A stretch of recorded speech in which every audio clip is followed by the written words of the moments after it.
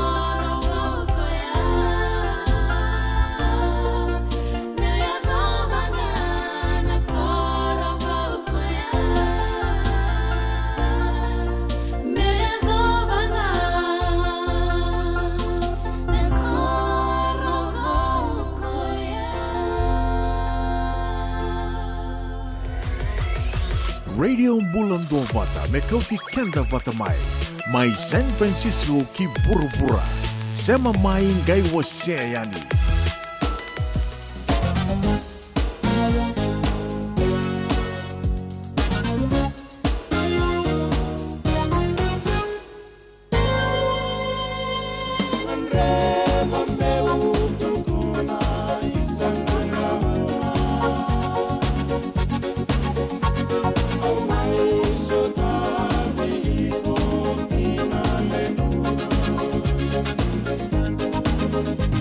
Vata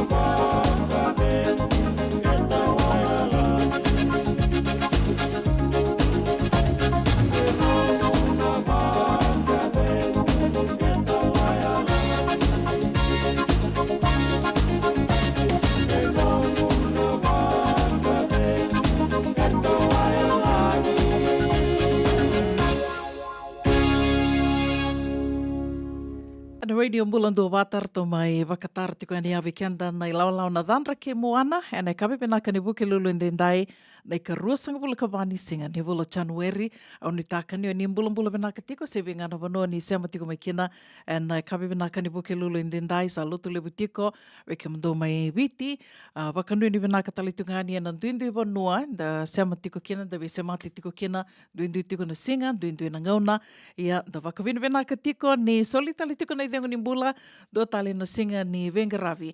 Na singa ni kua, se mani tawidawanga ngaravi tiko, se mani o dhehi antangarawa tiko, na singa venaka ni kua, au wakawini venaka ni rao ni tamai vei se mati tale tiko, na nonde wa siningo no Vata, na kawi venaka ni vuke lulu in dendai. So retika mni mo ni sema tiko ngā mai ni kua, na singa vuke lulu, veka mni na senga tiko ni se ke lao, ni ngai sema vau tiko mbeka mai, dorongothi tiko kina na tosa ni ngauna, kandau mai vengaravi tiko ni kino siti ve ni raturala.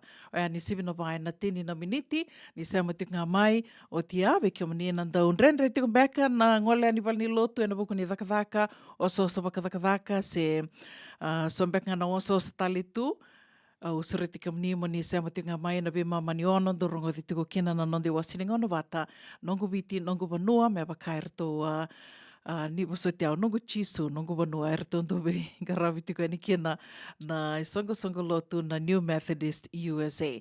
O ia mena be mamani ono kina vitu na kaloko, na kawi ni kua. Nimbula vinaka, wakanuni vinaka tiko ani, na sere katarawango, matai tiko ni nonda sere ni vena numi, waka mbula tiko ani kina ve di lady di, mbula vinaka maramanita, wakanuni vinaka tiko ani, ve kimundau ena city lewe San Francisco, wakatanga kina ve aseli sa umaka. Nimbula vinaka aseli, sema tiko mai Rokara Road, Ndombula vinaka. Waka nui ni vinaka talitunga o koia ve te maleti ke Abigail. Vinaka waka lewa na sema tiko mai na kawi ni kua, ke kamni na sema tiko mai na vevo no so, o ni sema tiko mai kina, senga mbeka ni ureide tiko na edhamu ni, ia ni senga tiko ni nguile dhabi o ni na numi saratunga yani, na sera ngoto. Toka tunan raki veke tau, na tomba lewa San Francisco, waki lei tiko na udha na loma ni vida na singa sa o tingo, ia sa totoka mai, wakarita ka tingana tau ni nraki, ni na totoka tunan raki. Na loma ni vida na singongo, ko e anda wakawini vinaka tiko kina ni na wuke tiko na vitawi ke de sara, ngarawi tiko. Noma ni tokaningo, una vuninda kua, ni mbula vinaka.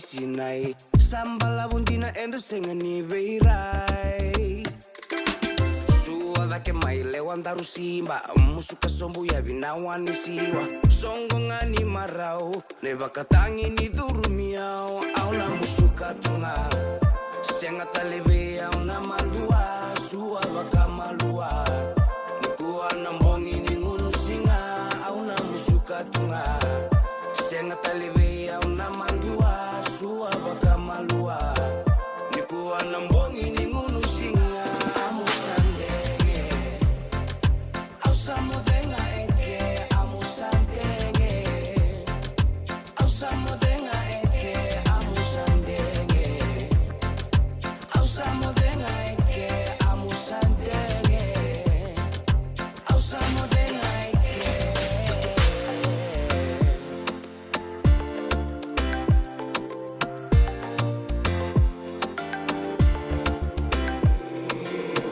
que manda mai tuisi la vena linganda rondani si kuatale niko kao ai no musinga ni sudu endai toso mai no gulewa mai tukuna vea uno mulenga masa ati indina lenana amusandenge ndaru mai meke auna musuka tunga senga taleve auna mandua suwa bakamalua nikuwa na mbongi ni ngunu singa auna musuka tunga senga taleve auna mandua suwa bakamalua nikuwa na mbongi ni ngunu singa amusandenge ausamodenga eke amusandenge ausamodenga eke amusandenge ausamodenga eke amusandenge ausamodenga eke auna musuka tunga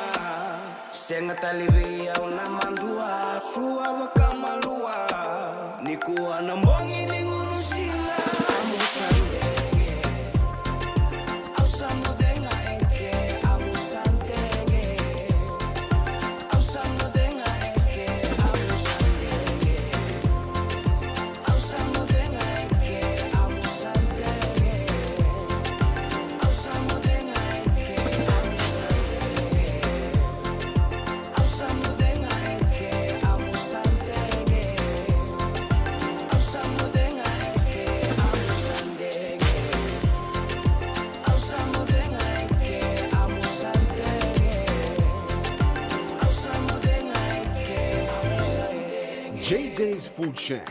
E tiku kevi kina na kakana boka biti me bakana kokonda. Lobo benga ni ngai kani doitu na bundi na ndalo se tapioca. Na kakana boka malangi me bakana steak baka eloka kena coleslaw. Wee! Na kari toa sa wadha badina na kani kana. Kay tiku talangana non to specials and lomo ni madawa. Dau tamba na Facebook. Na doi ni tiwa ya na bani mandrai pai ke na bunga tale. Gore na JJ's Food Shack. Viu Valley mo Billy Jean Street, Santa Rosa, California. Kaya talangan rito dili mo yang may Santa Rosa, may yato sarani kina Vato. Giritirito sana kina Vitu Saiba Vitu Tolo Vio Tolo Dundu Limon. JJ's Food Shack, Santa Rosa, California. Endo na mate kuni tuwa levo bekenda mana wasa Pasifika na hepatitis B. E kunei ni dua mana tini corona leni bunua mana wasa Pasifika Amerika ni tobi reti kuna mate na hepatitis B. Ongo levo kena na kenara ni betobi se na tobi kuna mate ni nada se liver cancer. And then remendo kila ke sa tebi kontiko. Me bakani sa ngusote ni kene bakatakila kila se symptoms bakabo ke sa mbimbi na mate. Mbimbi ngona kila mono bakani kebi membaleta na hepatitis B. Peter mai kena telefoni 526 ono vituva 51watolu sesi koba na nondo to website www.sfhepbfree.org. Do yan Robina kana maraman naita. Do samba di ba kusa iwe. Yandra naita. Kita sili katalaw mande na Orange Lounge. Maleka. Gora san ba di kata-kata pinakasartunga toboy simpambakaw. Gay way dala tu kinambat. Koe serengan gori, sono ngono santa pinakat serengan na kenta kakana. Di na to zoko. Kaya kitu sana berata ini bagai singlebu, kitu sana gali bagai kabi ngaya ni kena. Na Orange Lounge, katalau bagai singlebu se bagai kabi, baru tegi tu bagai manggo sanggai to toka na buno ni kana. Mai na menda tu ide ti, kena bagai singlebu se bagai kabi me bakana bagai sekera. Na sui, ike tabu teke roro bagai lolo keina vida tale. Gira ramo klana menu ni singoya. Na Orange Lounge, tolo-tolong dua Orange Street, Santa Rosa. Yang dua tala na tamari bingarabi ni Divine Group of Companies. Dola mena wala kaloka na mataka, kina wala kaloka anambongi moniti kina singatambo. Na Orange Lounge, tolo-tolong dua Orange Street, Santa Rosa. Dendran beka nang wala ni kibalilo tena buku ni oso-oso pakadadaka. Sendrak-drakitan beka na itos-tos nimbula, kuwa ni lenga sinui gawa-gawa. Nana magi mai kina programo warotaki. Mai vera tau na New Methodist Christian Fellowship USA. Nongu chisu, nongu banua. Rua vena vima manione na kabini bugu lulu bei kemundo e California. Vima mani dua na singilevu ni lotu levu bei kemundo e viti. And a radio Bula Duavata San Francisco. Me Kauti Keda Vata mai. Na radio Bula Duavata samai sivitanga na tolu e na rusanga bulu kavitu na miniti e unitakan yo ni Bula benaka tiko venga na vano ni sama tiko mekina e na kabi benaka ni buke lulu en tendai ni karusanga bulu kavani singa ni Bula January. Ngono ngo tiki wuni ambakin de kelake di tiko nandau somi baka dava na ngona the file kina filing your tax income tax return. Kena ngona tiko ngo sana yawe tiko yani bekenda na daka tu and baki saoti sana roni na yado tiko ani ngona nomuni W2 sen 1099 na formu ya sana yado tiko ani ya eso sembera tiko bekar na loma taru taka tiko baka daba bekan tax ID number ram bekan yuna dakava indona nongo tax ID number sen dono bekam yuna dakava indona nongo tax ID number ya nikua mai baka idur tiko kina indona workshop dona conference karto bakari taka tiko me kina se rato vivo ke tiko kina rato bakarau taka tiko na tambana karto ndo venga ravi tiko be kanda na be mata tamata kanda ngole mai na be mata ni tu eso kanda sami vakai tiko e na vanua lebongo Amerika na edan rato tiko na edan ni songo ya na AAPI se na Asian American Pacific Islanders organization kona songo go e bakarurungi tiko e na nona valni bola liu na kobana ni California Gavin Newsom. Na be ka kede sara membali tikenda na ngole mai na be matanitu tani so kanda sami wakai tiko na vano lebongo Amerika wakambimbi tiko be kenta to na ngole mai na wasa Pasifika arto na ngole mai na matanitu wakai Asia and mai wakarurungi tiko ngo endo na songo kanda wuki kenda wakalebu na buku ni nonda mai wakararama taki tiko na be tambana so karatu karoni na be buki tiko be kenda na be tiki ni nonda mbula kede sara roni da wakasamataka na nonda ngole mai ando mai sasanga mbula na vanua lebongo koia endo dona ondo bakarita ka bakalevu ni ke mamindo vital no kere na nongi tokani. Ang goindo na kaundo wasi bakalevu ni o California e wakatu na kena senga walenga ni baleta na kena wakaita mera baleta talimandanga na lawa i tu e California as a state ni o koe sa wakanga indu ngana mata ni tu wakata ki koe ai. O ia na indu na ka indu tu taka bakalevu na state ngo California na nondondondonu kena weka ke de sara e tu karawa ni na wakarao te kikina na nonda mai sa sangambula o ke anda ngole mai na vi matini tu tani anda mai Vivu ke wakalevu ena kena mbula wakailavu ni matini tu ni state ngo California ka ngai nronrova ya ni na matini tu levu Amerika. E ando naka e ndau tali tu kena via na state ngo California. E ni kua mai wakaidhuri ndo na press conference na kena nonda mai wakarara matakitiko na vi tukutuku matela le so member leta tiko na tax ID sena I-10 sena TIN number do ke laitu da ke latu na tax ID ia na kena tukutuku matela lai koia onangi o se tiko ani na dona ngona leka ngango suret kamni ni se matiko ngamai na vi kai so endo mai o se tiko ani na nonda Vata ngona radio Bula Duavata kanta baka binibina ka tiko kina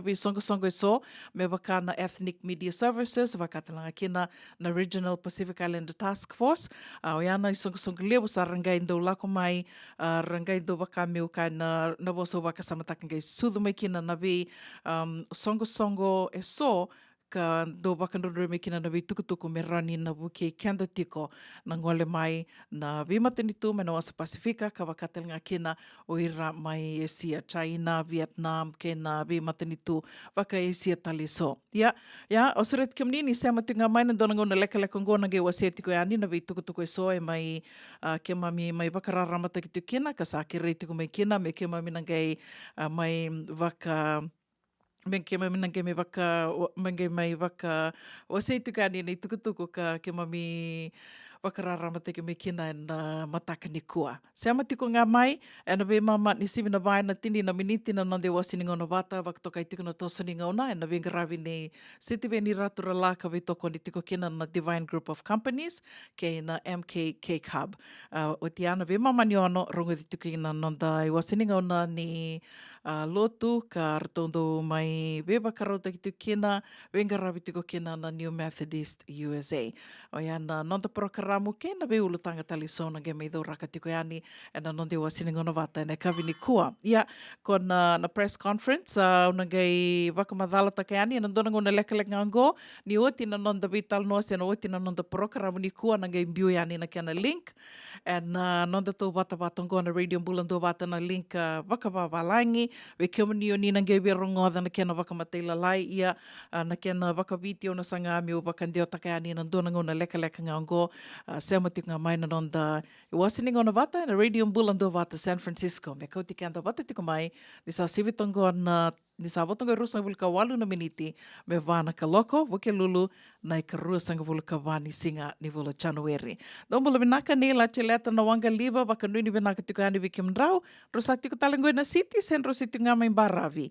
Waka mbula tali tiko ani vei sera tu ivuia, vinaka waka levu na sema tiko mai na kavini kua, waka nui ni vinaka tali tiko ani vikim rau na vei tumbuni, vei tinani, wakata nga kia na vei di Lady D, mbula vinaka maramna ita, aseli sa umaka ke kemdo na sema tiko ngori mai na Rockara Road, dombula vinaka Abigail wakata nga kia na vei Temaleti, we wakambula tali tiko ani kia na vei kemdo ke de sarna family, mai nandawa, kemdo tali nga mai watuanga, mai vale levu, dombula vinaka. Tonga nei tavi serango, mai vereton na Delaisea, and a radio Bula Duavata San Francisco, me Kauti kanta Vata tiko mai.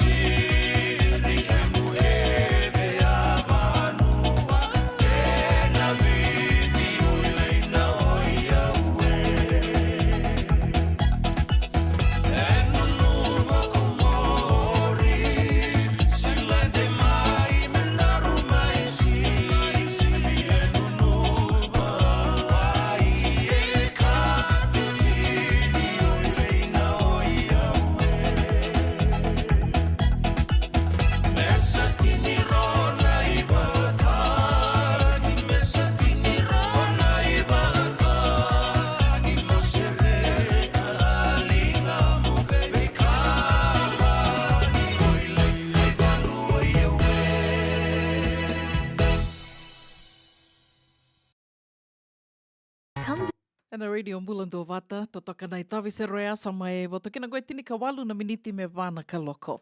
Awa wakaretaka te koni ani o na mai wase toka ani e sona ka wase mai ve ke mami, ka ke mami sa kere mai kena na bengaravi e na ve tambana ke de sarani waka i tukutuku ve ke anda e na kandongole mai na ve matani tu waka wasa Pasifika, mai na wasa Pasifika waka tanga kena vera na ngole mai e na ve matani tu waka e CSO. Mai wakareta ki tiko ani, wakamatata ki tiko ani, sona ka member letter tiko na tax ID.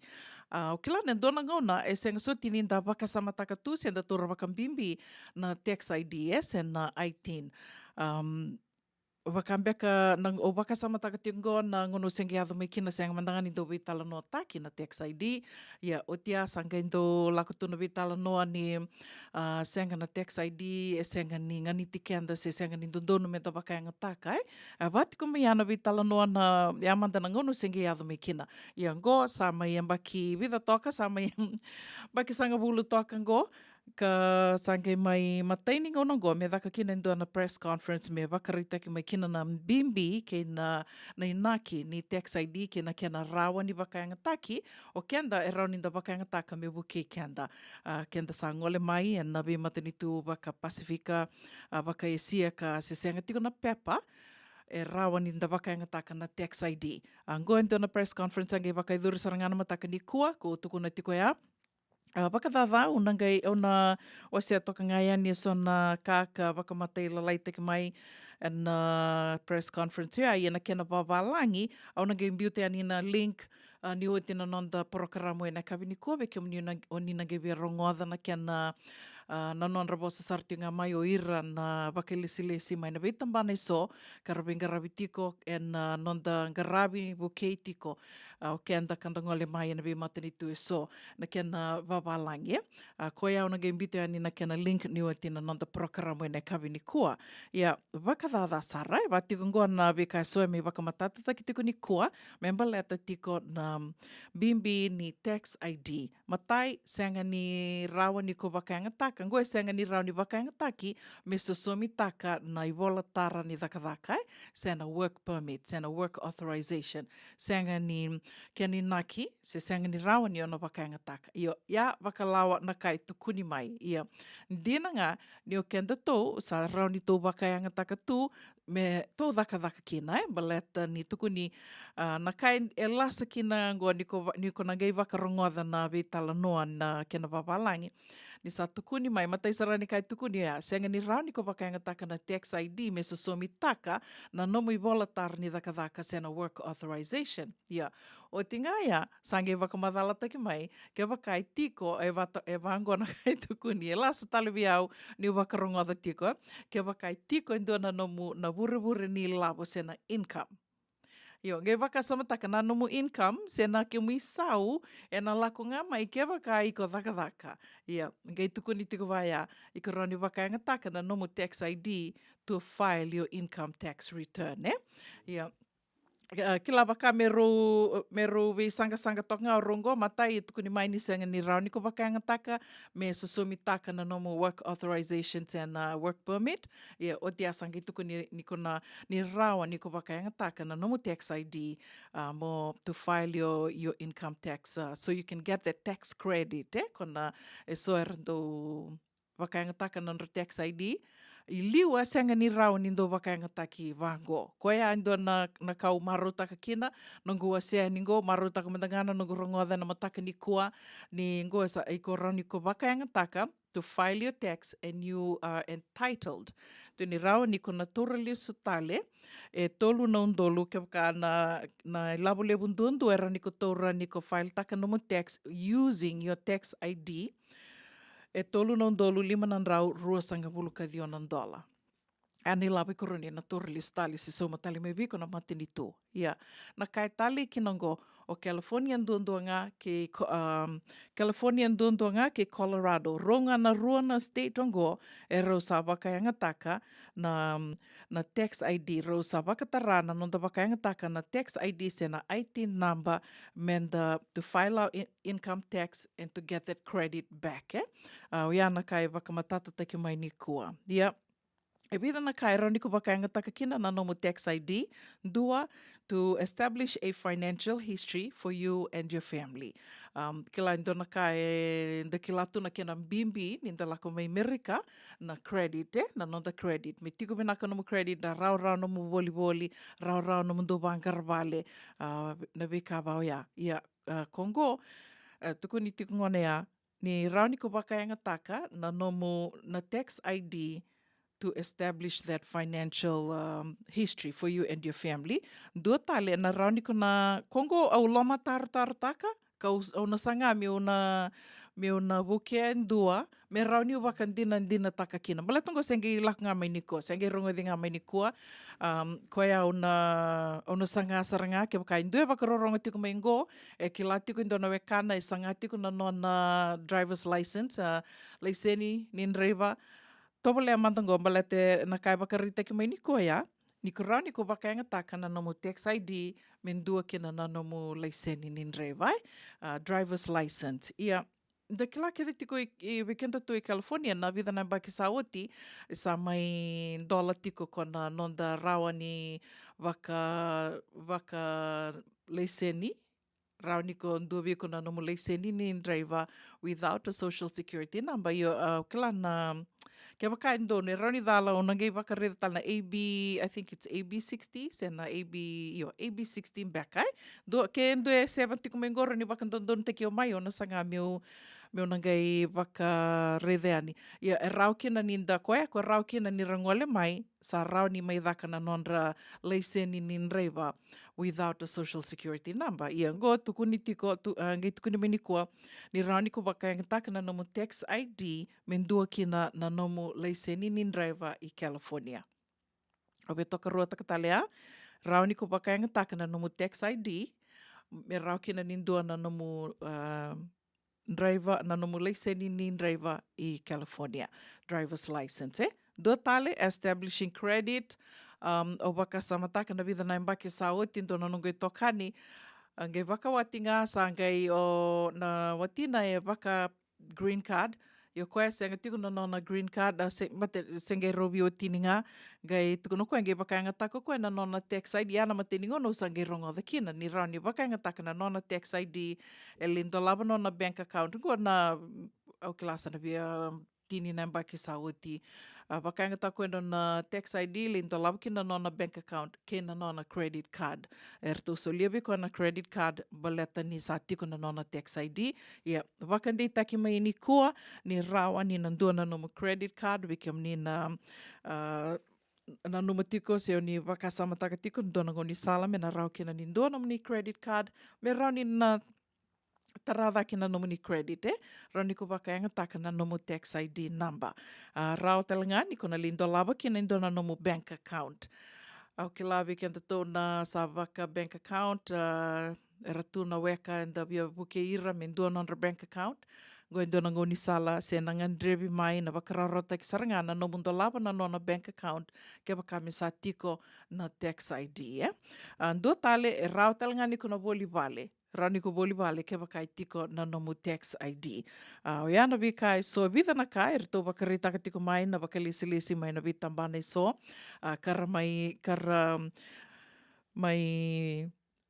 Wengarawi tiko na press conference na mataka ni kua. Vida ngana kai o ngandreba mi o se talinga yani e watok ngo mai na virto na IRS. According to IRS, Inland Revenue Services, ina ronondolutin kalima, nambaki ronondolutin kalima, e $1.1 milioni nandau somi wakadavadava sena taxpayers with 18 era soma e $5.5 bilioni na nonra soma na nonra wakadavadava. Era wakaenga taka na nonra tax ID kara soma kina na nonra na wakadavadava e somi lista leani, with payroll and Medicare taxes. Tau thoko, overall contribution came to $23.6 billion in taxes paid using their tax ID. Esa ndo na ilabu-lebu, rauninda rawaninda kaike ni sa rautanga me sana me na wakalau taka o California a wakatanga ki no Colorado gai tuku ni tiko to wakaritaka tali tinga me ni koni so talina state e sa rabetal no taka tiko na kena winaka me na wakandonu ina kena wakaanga taki na tax ID me bukia na kena na bula wakailawo ni dona state koia ia na ronondolu tinikadhiwa IRS received over 2 million returns filed by 18 taxpayers. And then ilabulibuya, ruana milioni na ronondolu tinikadhiwa, ruana milioni na ilabo.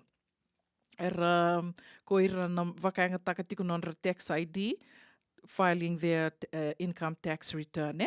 Ia koia na rosangabulu, nembaki rosangabulu na state of Colorado ki California, rosa mataini state, rona state, ka rosa wakalau taka, sa ro wakatara na kena wakaanga taki na tax ID number, member letter na kena nonda file taka na nonda tax return.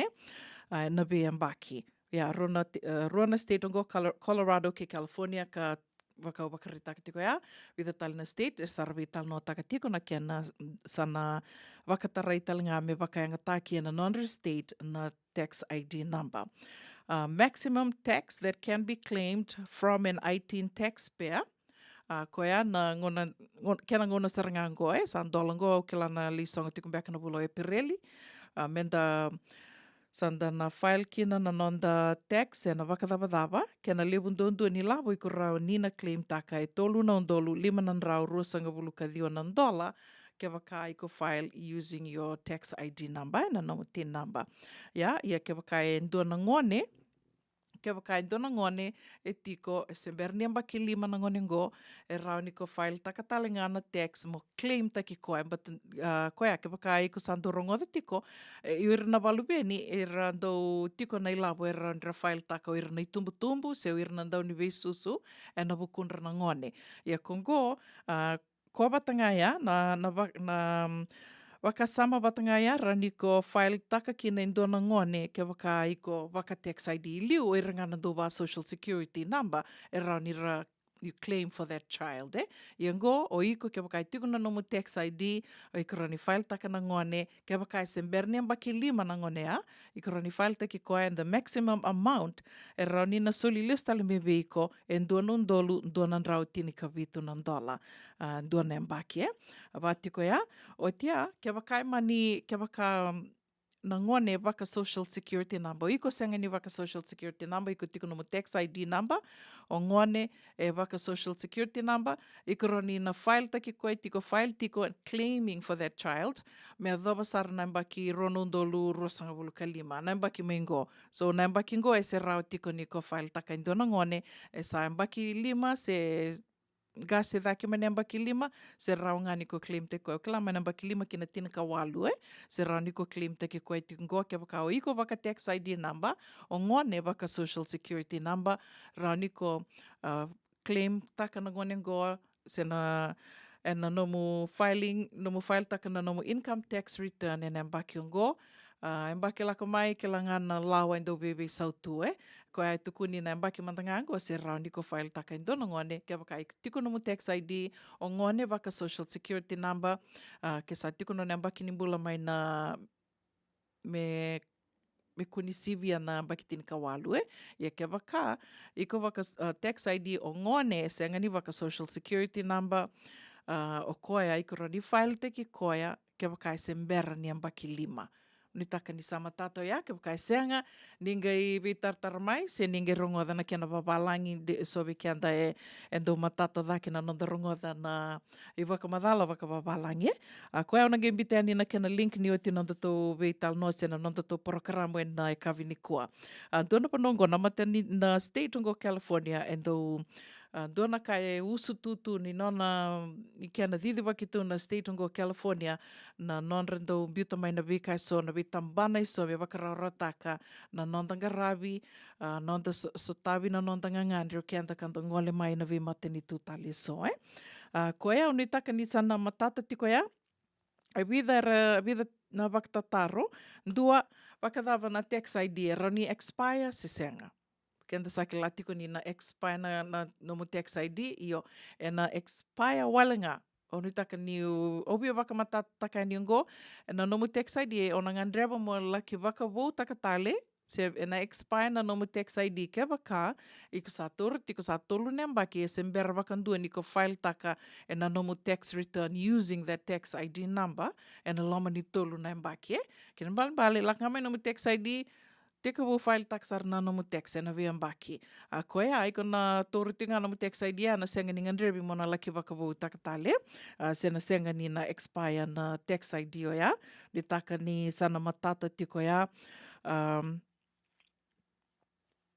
Koe ndo tale na taro i tiko, ka ngandrebi tale ngā me waka matata taki ani, ni o ke lango ndo na katondo vital no taka wakalevu, ka wakambimbi na weka ndo sa sanga merangole mai, e so kenda tō, tō sando matai saranga na vi wakasala taki ani, kuni mai dhaka no mo tax ID, baleta na tax ID, rana kila sana rto na kila kina immigration, ni ko lako mai ko mai dhaka se na no mo tax ID saranga, rto sana rao ni na waksuka ko lista likina ke wakai ko mani lisa sanga lista le mai, ia rto wakadhala no wakasama ya, na wakelisi mai na vitambana e soka, rto vengaravi mai, na mai solituko na kena rto solitukutuku mai, na mataka ni kua, na IRS e senga ni wasea na nonda i tukutuku, se na taxpayer information with other government agencies, wakambimbi, rto wakambimbi taka na immigration. Senga ni rto wasea na personal information na no kena i tukutuku e ndua, ka somi text ko yani, se somi waka dawa tiko yani, kena ndua tale na tambana waka matani tu. Waka mbimbi tiko na immigration.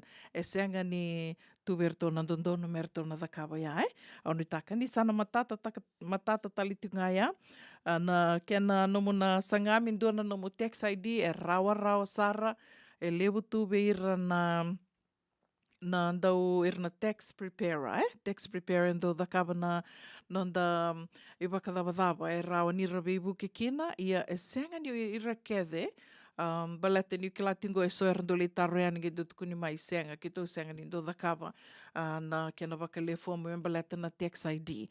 Io e tiko e so, ke wakai o ni vinakata me ndua na nomo di tax ID, ni wakatataru tiko, loma taru tiko, sa wakanana no taki tiko me na ndua na nomo ni tax ID, ni senga ni kilai vena vanua ni rau ni na le wale fomu kina ni ve tartar mai, tiko e so na isongo e rando bebu ki kina tiko talanga e so na tax preparer, ka rasando bebu ke sarakina wakalevu, bebu ke vikenda na ngole mai na Pasifika, rto mai Mexico, e rangole mai wakatanga kina na matenitu waka e sia e so. E rtu e so, karado bebu ki tiko kina, e na kena rawa ni nomu bukei, mo wakale fomu me na ndua vei ko na tax ID, na kanga na ngandrebu e na nomu passport. Tiko ngā nomu passport rau ni na ndua vei ko na nomu ni na tax ID, se na kena dhaka na wakale fomu me ndua nomu tax ID.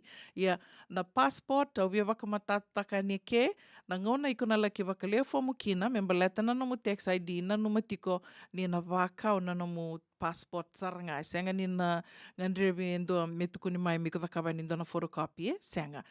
Your actual passport, na nomu passport saranga e na wakau Vata ke na nomu fomu na W7 ka na wakau Vata ki na IRS, au ke la non rito wali bola liu ka ndau laki solitiku mai kina na tax ID, e tiko mai Phoenix, Arizona, se Houston, Texas. Doi tiko na wanowaia.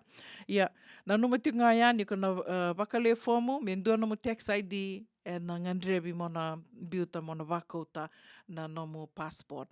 Solia ngā apua bertoka ko ngole kina merto na laki vukia na nomu wakale fomu, orto ngā ia erto na gaikota na nomu passport, se na tukuna mai erto na solia mai na wakasala na vikai. So, mo na dhakawa, mo na gai wakauta kina na nomu passport ke na fomu ia na W7. Ko saranga ia, e rawa sara, ia tiko e so na wali bola na karandau beibuke, senga ni ngandrebi ki na mona wakauta na nomu passport.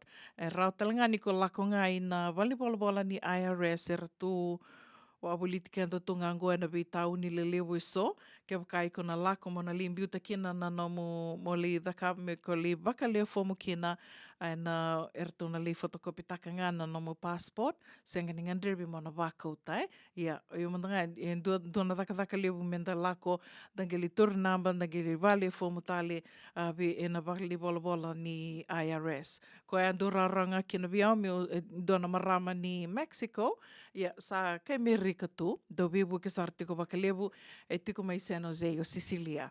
Na maramango e sa do vivu ke wakalevu o ira ke danga e rando tarungi o mai men dona nra tax ID o do wako tabi Sicilia na nondra passport na ngonango ko sa la waka tiko ko e $100 ke wakai ko vina kata men dona mo tax ID o ko sa la waka e $100 na kena saumiani na nona ngela ki waka dhaka bita wata ke dhena no mu fomu, na no passport ngai wakauta kena wali bola ni IRS. Member leta tiko na no mu tax ID number. Wakadhawa no kena nambalawu ni ngauna, ni ber ninge yadho mai veiko na no mu tax ID number, e na tore tiko e 5 kina ono na madhawa, so e mbalawu sara, so e na rota tiko mbeka na rua kena tolu na wula, e wātiko e aia wakatau, e so e totolo sarna kena liustale mai vira na nondra tax ID, Vata ke na nondra passport. Ia, kaludha indo na marama ki roa vital no tiko e na matha tiko ngango, ngai tiko na tiko no koe ni sa wakota no na passport ngai liali na nona passport. So that can happen as well. Koe aminda nangangaroni tiko ngā, ia ninda mai sasanga tiko menda do tuko na tiko ngā do na tawali angoe, kanga ni mindset, me positive tiko na nomo mindset, me rau ni na toso me naka tiko kina na i toso. Ia vida ngana ka, uvia mai wase tiko ani, member leta na tax ID number, tuku rongo vinaka vikenda to e California, wakambimbi tiko ngoa ni rua tiko ngana state, e rau ni wakanga tiko kina na tax ID, kasa rau kina i punga sarna ka, enda mai sasanga taka, wakararo taka tiko na Bula na i toso, e na vanua lewongo o Amerika. Na kia ni tuku ma teila lai, se o nina virongoda na kia na wawalangi, ningai sikova mai na nonda tau wata ngā ngoa ni o tina vitu, o ngai mbiute ani kina na link ni kia na wawalangi mo ningai rongoda. Sivitong kona vai, na vana viniti, e na dona ngona leka ngā ngoa, nda sana sema tali tunga ni kina ve siti ve ni raturalai, na nondi wa sininga ona ni toso ninga ona kando venga ravitigo mai kina, na vea kawini buke lulu, e na vea toko ni Divine Group of Companies, ke na MK Cake Hub.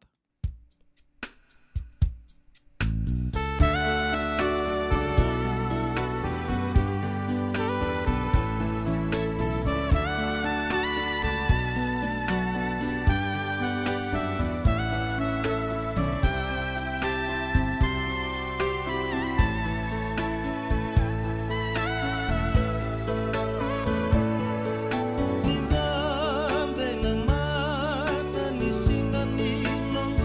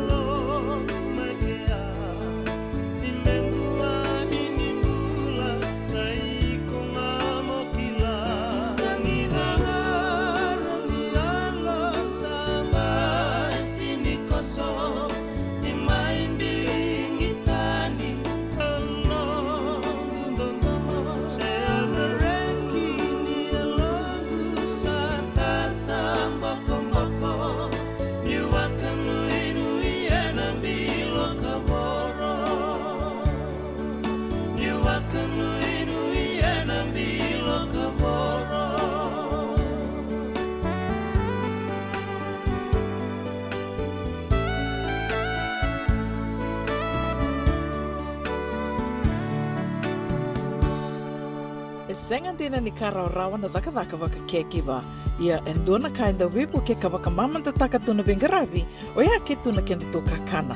Na ika, na dalo, na bisikete, na reo bata, na sunbells e tinimbulu makau. We kenda tōna senga tiko ni driver se senga ni waka motoka kenda o Drena no te beto seaki, erto sa tu wakarau na Divine Pacific Food Mart mai Sacramento, merto talaveani na nong ni voliboli. Rawa sara, we tartarangayani na taliboni diwa dua ono toluwa diwa ono saivarua, merto wakarotaka katalada mai na nong ni voliboli, ena kenagona to tolo tua. Divine Pacific Food Mart, Viturua Viwawalu Franklin Boulevard, Sacramento, California. Namba di telefoni ono toluwa diwa ono saivarua. Erto ngarap talangan kena lewak suburi ani nanomu yaya. Maina nonderto stoa kena nomu mate ni katumba. Endona mate kuniti wale wabekenda mana wasa Pasifika na hepatitis B. Kuneini ndua mana wayatini corona nani winua mana wasa Pasifika Amerike ni tobi retiku na matengo na hepatitis B. Ongoli wabekenda na kenaroni betobi sena tobi kuna matini navenada se liver cancer. Endende mendo kila kesa tebi kwentiko. Na wakani sa ngusoti kene wakatakila kila se symptoms wakabo kesa mbimbi na mate. Mbimbi ngoni kila mono wakani kebi nambaleta na hepatitis B. Peter mai kena telefoni 526 ono vituwa 51watolu sesi koba na nondo to website www.sfhepbfree.org.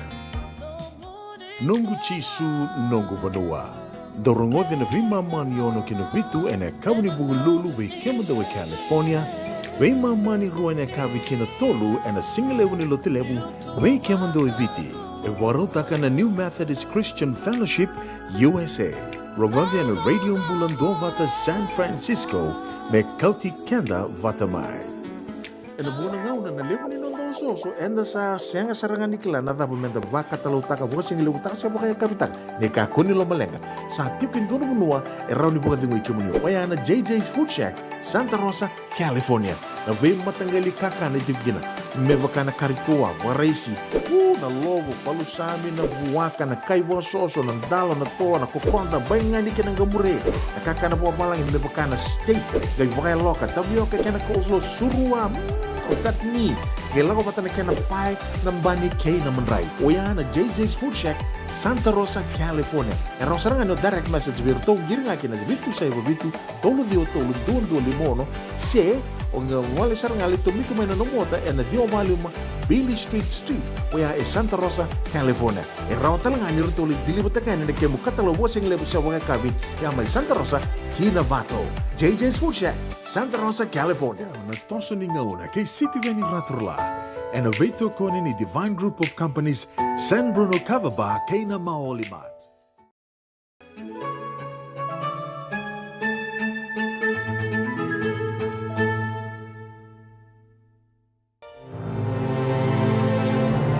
Misam bula binaka. Ono itaka ni maza o binaka enda baganan da kuya. Sa bagar daw nga utyo nga nanonda bagar ili subira tiko nanonda turang ambale.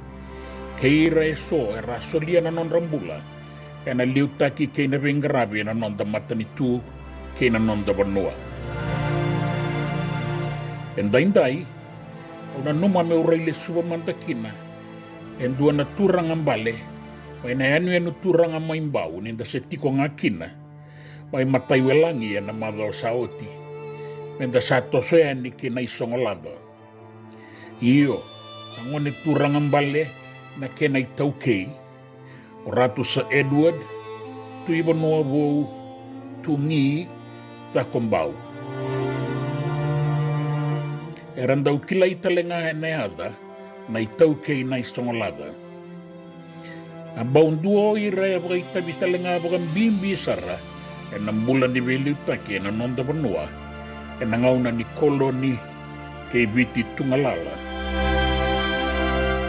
Kara taura taletunga na itutu bagai buke-buke ni Prime Minister.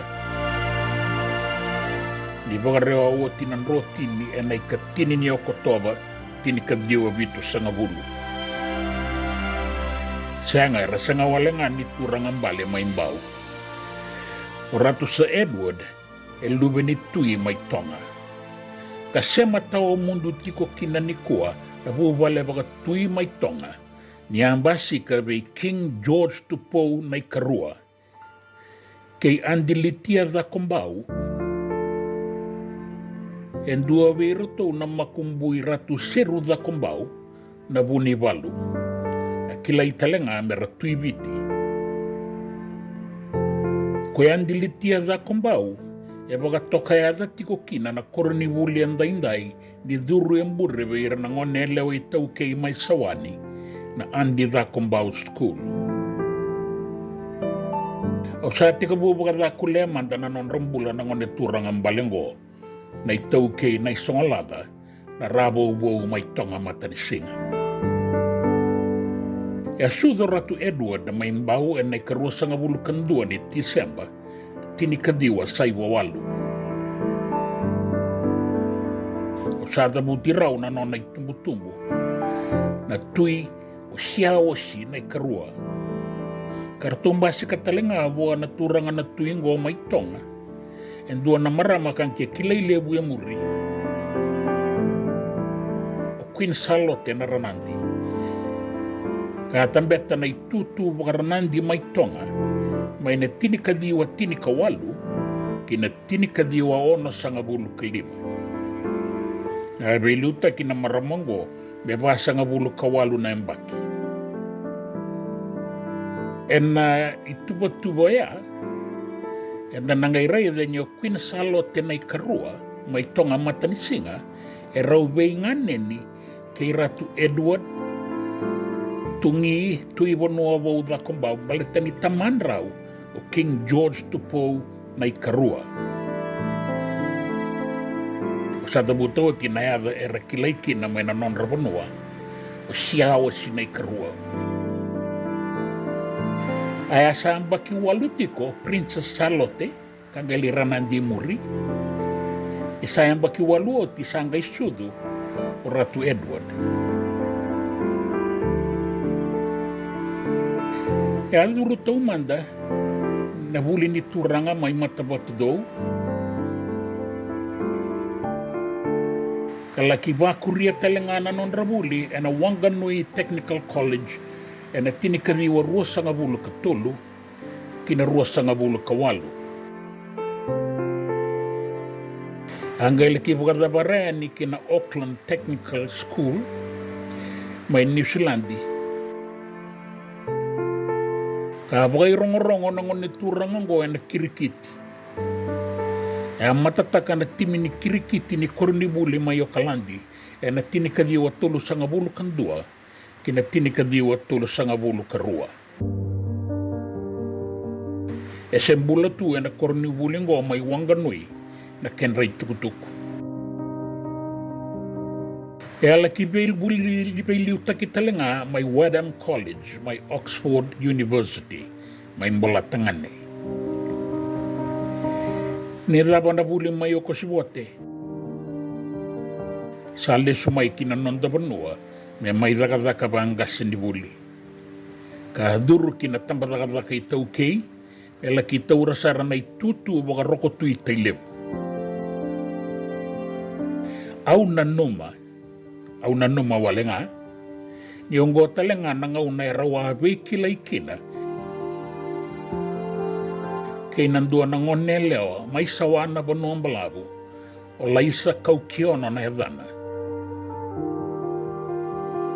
Na peiwe kaningo, e ambasika kino Ratu William en dreu na misimisi.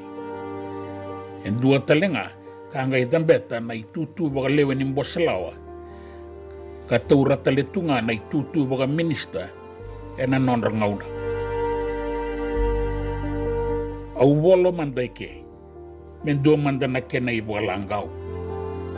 Iau sanga ikindaba rawa wale saratiko ngaungo, na imbale-mbale ni nganga ni sere membaleta na tomba koloma-loma. Senga ni barabi wale nga talanoata kina serengo. Ongon dinasara na kenra italanoa na ngone leo ni tonga mata ni singa e rabaga itiko-tiko mai sawana. Ambuli na serengo me kenra indibi.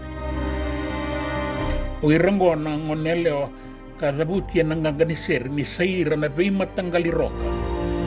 Endomoni ko lawe loma.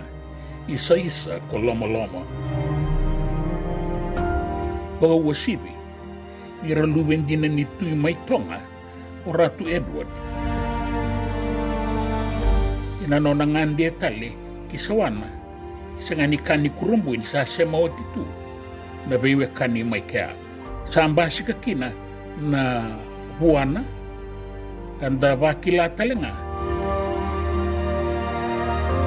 Ni ratuangay muria ni so tale na turanga, rakila italenga. Ena vei kaiso, era mbaunga rabarawa, ena buku ni nonda matani tuebiti.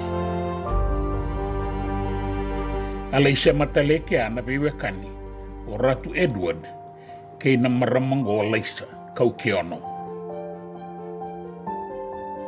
Beusa te iwa kusa tale mandani, kina non rambulan na itau kei na isongalada, na rabo Mai Tonga.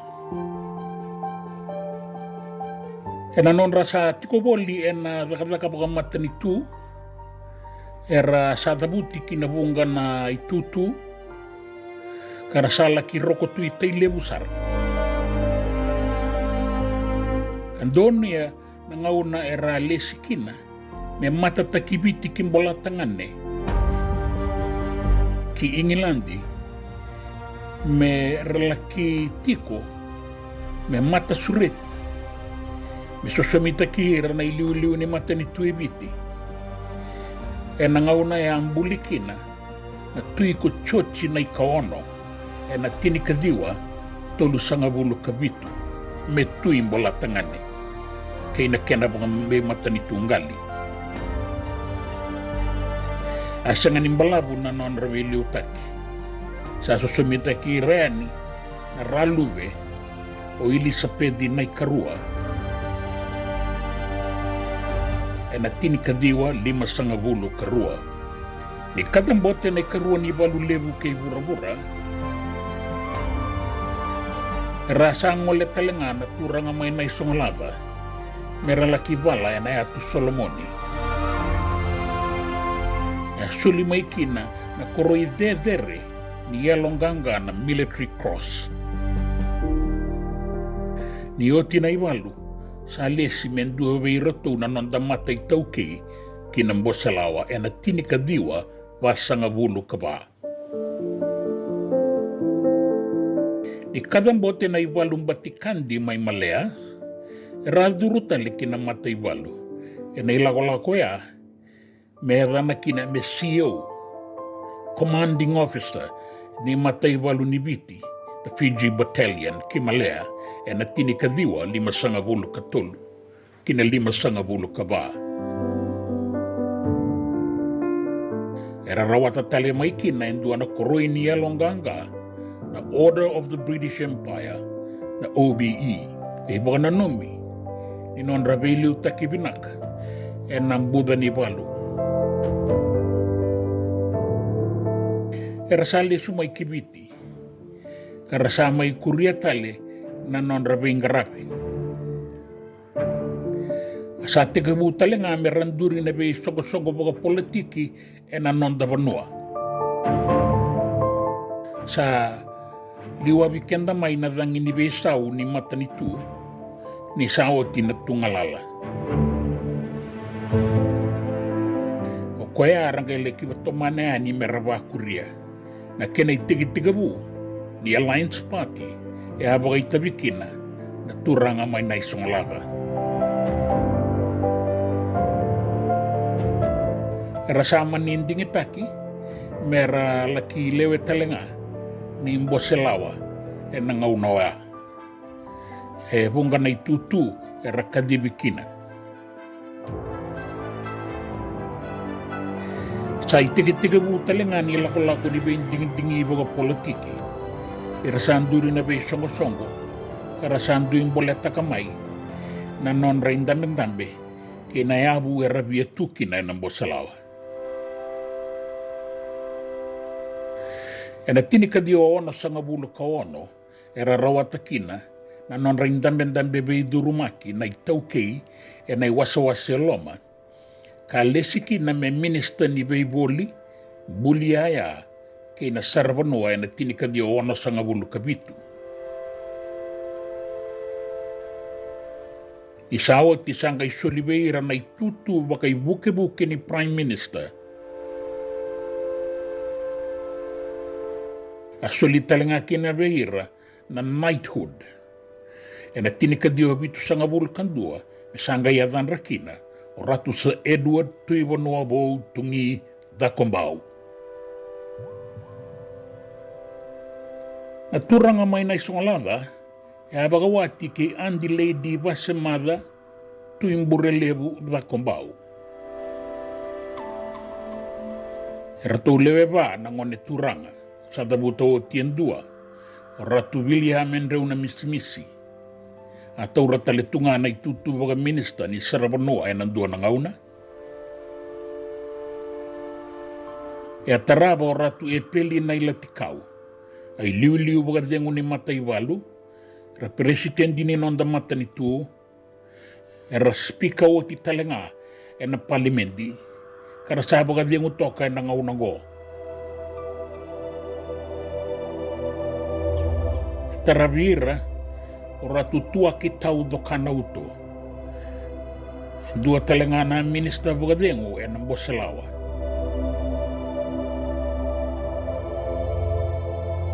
Ia kangonen duan-dua, o ratu Kenny Pierce Wuyasawa. E na karua sanga bulu kalima ni Tune, tini ka dio bitu sanga bulu katolu. Era sanga imbaleki na ngone turanga mai na isonglaga. Ada samaru roi koto mai mbau e na ngaunango.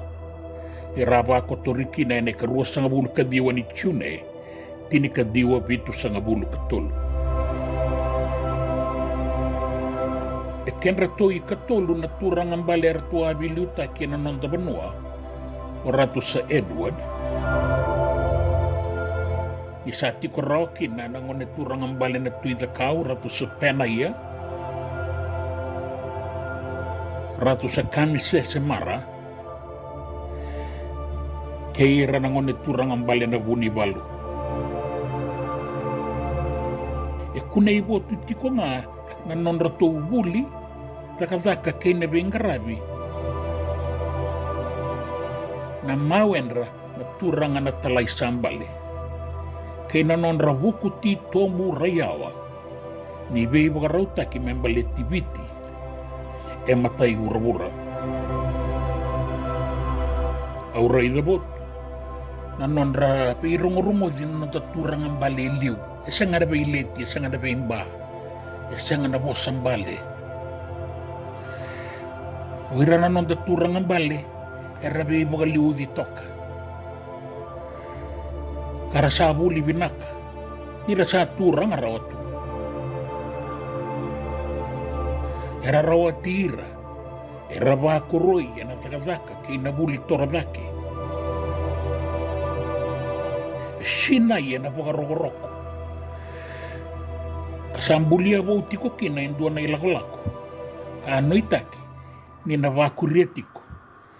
Nanonda ilako-lako na itau kay ebiti. E na vei tambangau na mai kimuri. Ia saan tabo toka nga me bakain doon na indus-indus ni sabangan din ataki na kena mana kasau yan ang rabay liutaki. E dainday ang dasarong otan yung dasan rabon-rabuan ay taukei kalingalala. Sa ato boleh iti konggo me bagan durita le na matambos sa bagat turanga. Ya baga sanggara na sala me lebe tira ketaliki na nanondang bula baga yaw na itaukei. Eta narawatan din ng beka. Ano na bosan na turangan na buni bola lebu baga dengo, kang gasil lebu baga dengo talangan ilotu ese lebi tiki rutuma. E na bula o me ni ang bakisawa tiro na undolo rosang abul katolo maimbaw. E na non rambose na turangan bali ni nonda banua. Kaya kinabakangone Kewa ka, e senga ni rawata na matambo si lebu buka turanga me puka le suia rawa tale mai, na mbula sautu ni kawai tau kei ena nonta panua. Ia na matambo sengo me mboko laifi, ongori na mbole ena toso ni ngaulu. Na toso ni ngauna kei siti veni raturla. En een veto koning in Divine Group of Companies San Bruno Kavaba keina maolimat. E senga dina ni kara rawa na daka waka kekiwa.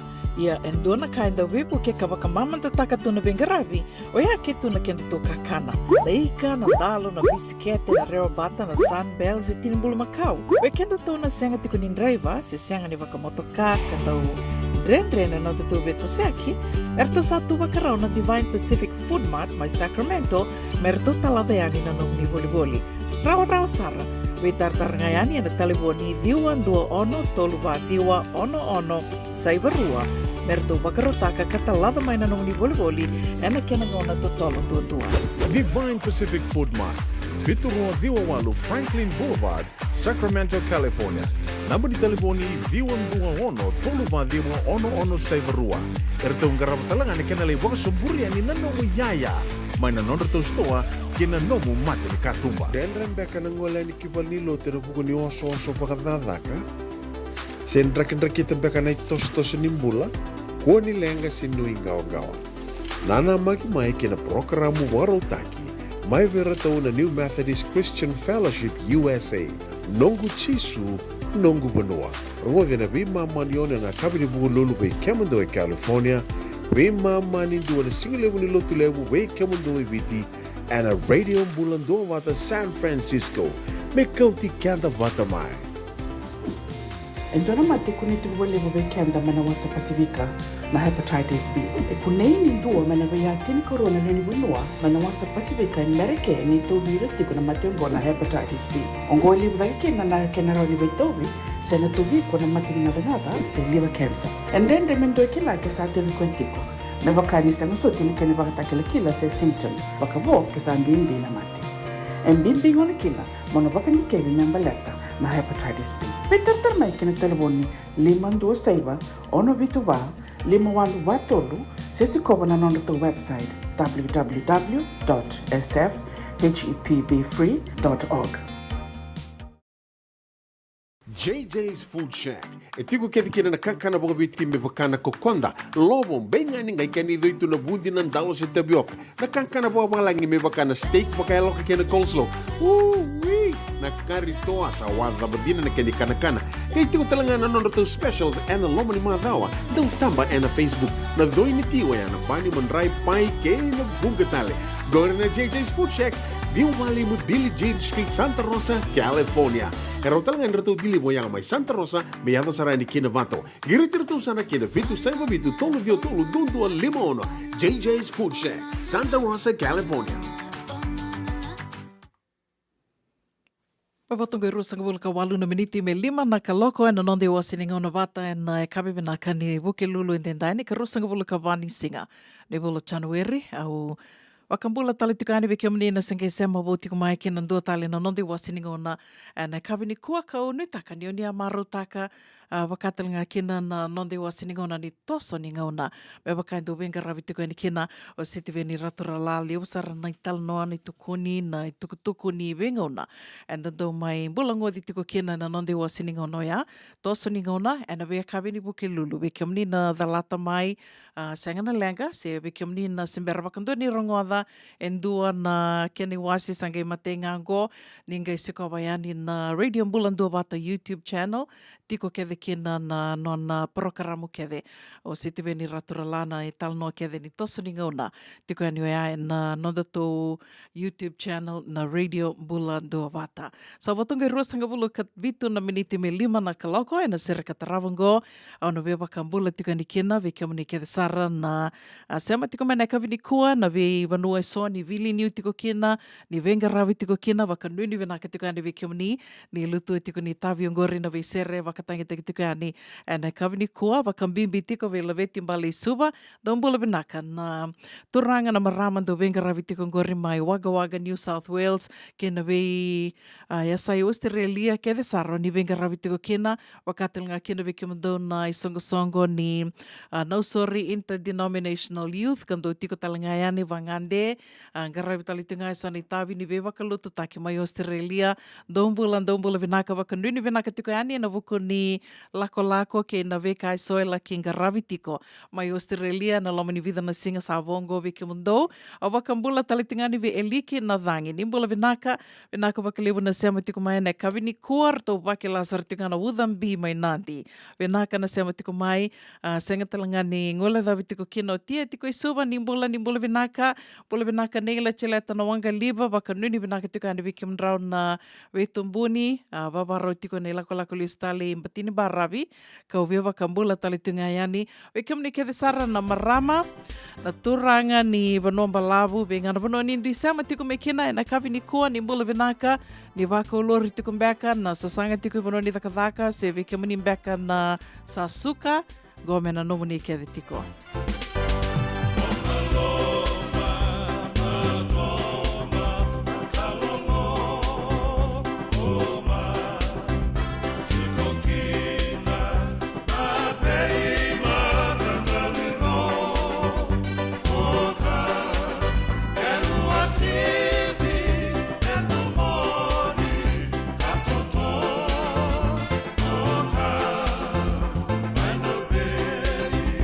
Got to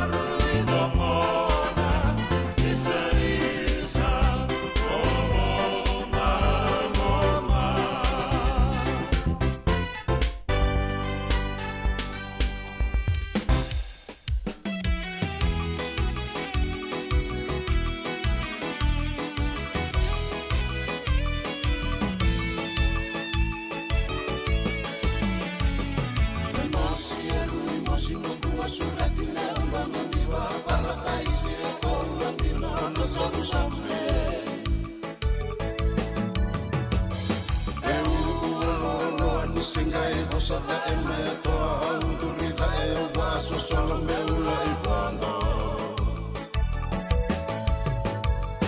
Atoli li au munre ni tangi e va me posa ratu una tua beisa minra isa donu mai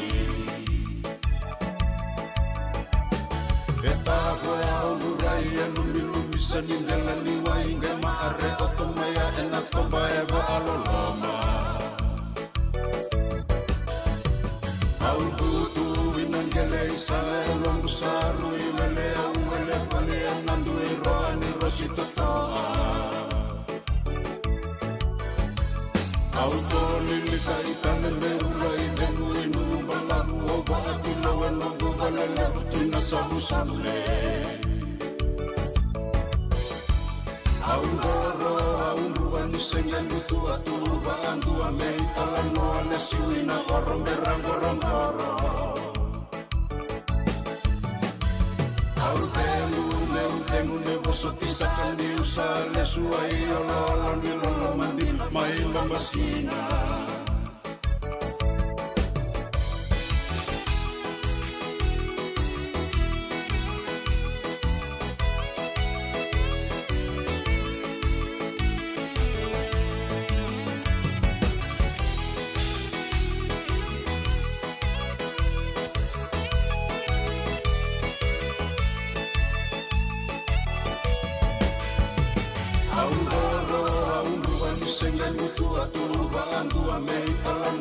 Siuina oro merangorongoro Au temu ne boso tisaka ni usale suai ololo ni lolo mandi mai mamasina Au temu ne boso tisaka ni usale suai ololo ni lolo mandi mai mamasina Suai ololo ni lolo mandi mai mamasina Suai ololo ni lolo mandi mai mamasina Onko na Radio Bula Duavata San Francisco. Me Kauti Keda Vata.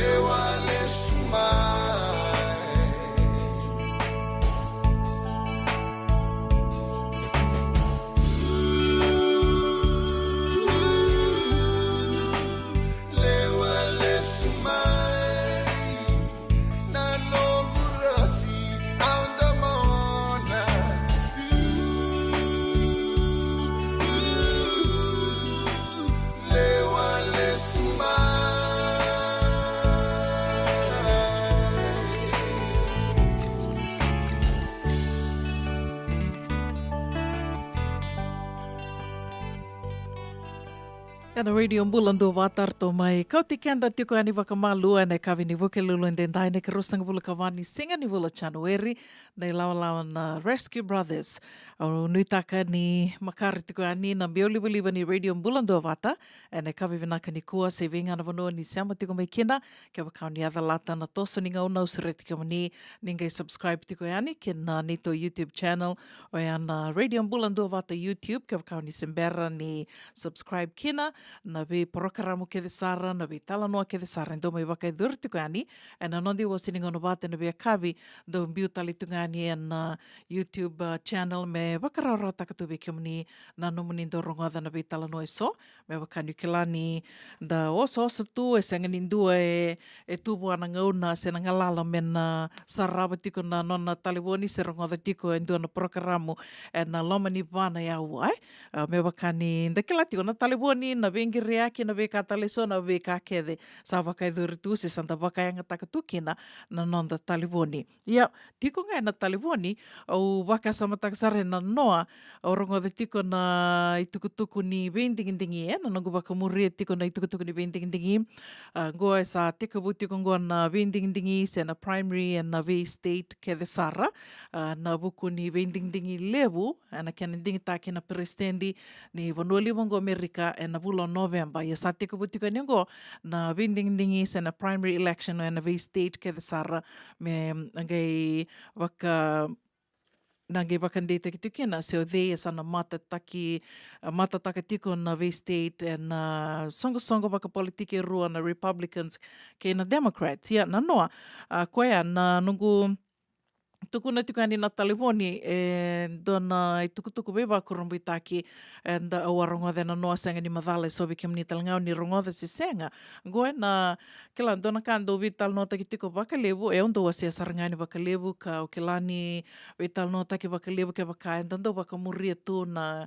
ai tukutuku ni vanua ngo Amerika wambota na vea se wurwura tali nga sana vatali tu nga kena na kena ndo vital nota ki tiko na artificial intelligence sen na mona liwa na kena sa wakanga taki tiko bakalevu ia na vindingi ia wakai duri tiko mai na New Hampshire na noa na vindingi ia gai mbaleta ni ngo ni o Biden e se presidenti tu nga se watali tu ngo bikoe e vanembaki ke wakai senga tali ni mbaleta na vanembaki ngo na vindingi na wakai duri tiko e na bula November senga ni ndo tali na Democrat e tu sa koea se na presidenti tu nga se sana mata taka tiko nga na itutu waka Democrat o presidenti Biden. Kena balambale levo na state ngo koe na senga ni le vindingi e ser e senga nir na vindingi kina se mena dingi taki o Biden se ke baka ndo tali tiko mena rovi sanga tiko beka mena vi sanga tiko na vi sisibi tiko na vi na itutu ya na nonretu mata na Democrats ia koia na vindingi ka wakai duri mai New Hampshire na noa tukuni ni sangai levu era ngirta ki tiko ani waka samatak ngo levu era ngirta ki tiko ani na ngoner turkin na taliboni sangai bosa ani tukuni ni bosa sarangani vira o presidenti Biden nandomona ni tukuno koia ni kuni lako ni kuni le vindingi ngo ninge laknga ninge le vindingi nga na bula November ia na kilange o rongoada ninge wakatangita ki tiko mai na channel ko wakarongo tiko kina e na noa na news channel ngai wakatangita ki tiko mai kina na taliboni se na recording ia na katukatuni ia wakaninda turna taliboni ndo e bosa mai ko e reture na taliboni na ngai bosa saranga ia ni tuku na e wakainga taki na ndomoi Joe Biden me koe me ngiri waka me ngiri tiko koe veira ke dengo me tukuna tiko e no koe veira ni koni le vindingi ni koa ni nge waraka nga na vindingi levu e na vulo November koe ana kena wakainga taki tiko na mona liwa se na artificial intelligence and levu na ngoni sale wakainga taki tiko kena e senga ni ndondonu tawa kilikili senga ni vinaka koe ana kaira sa waka salate waka salate ki kino irna kena dau menda na ngangaroni tiko kela na vida na madha sau na madha sau tinga wa se tiko ni kina na kena sarawaka nga taka tiko irna ndambu tako na artificial intelligence na mona liba mera wakainga takatiukina mera ngiri ani se na mbutako na taliboni na yutuku nang na mbutako na taliboni e vatiku ngona ke na iwale ra wakainga takatiko ya mera na ngiri ani ni na ngiri ani kona torna taliboni wakasaranga indua nga verto i vale ngiri tiko yani do mbeka verto na ngone se na taman rto mbeka na ngone se utinan rto na ngone ngiri ani ya na kaira sa dakava tu karsa kilatu o diso tienda tiko pati vale o rtuna ngone na vano rtuna ngirmikina na vikarto non rto itubutuba na visinga se na nomdo itubutuba mbeka wakamata vale na visinga ya na kaira sakilatu sa wakanto mambulan dina wakatalenta da sarale alutu dinda wakarongo tiko yo ya na kaira sa wakayang taka tiko nandombo tako me nduengiriani nandomo era wakayang taka ngai tuku ni ani ni engandreba tiko indona bibuke kere na wako teman-teman biong ko na ilavo o ngandreba waka totolo indona ilavo me vasar tunga ya ko ya na kaira ngai bi waka sala tiko kina na kenan dau me ndana me tiko na kainda roni indana ngai bi tarungi taka waka matabu wale ke wakain dumbeka sangiriani wakayang taka ni nanto monrto duberto ngone Bengai kiri lavo yani se ya wakayanga takitunga na kiri lavo. Ironi na wakayanga takitali ndo tali na lenga tumbo kos tali me roni nda wakalenga kina se me rambuta ko kina.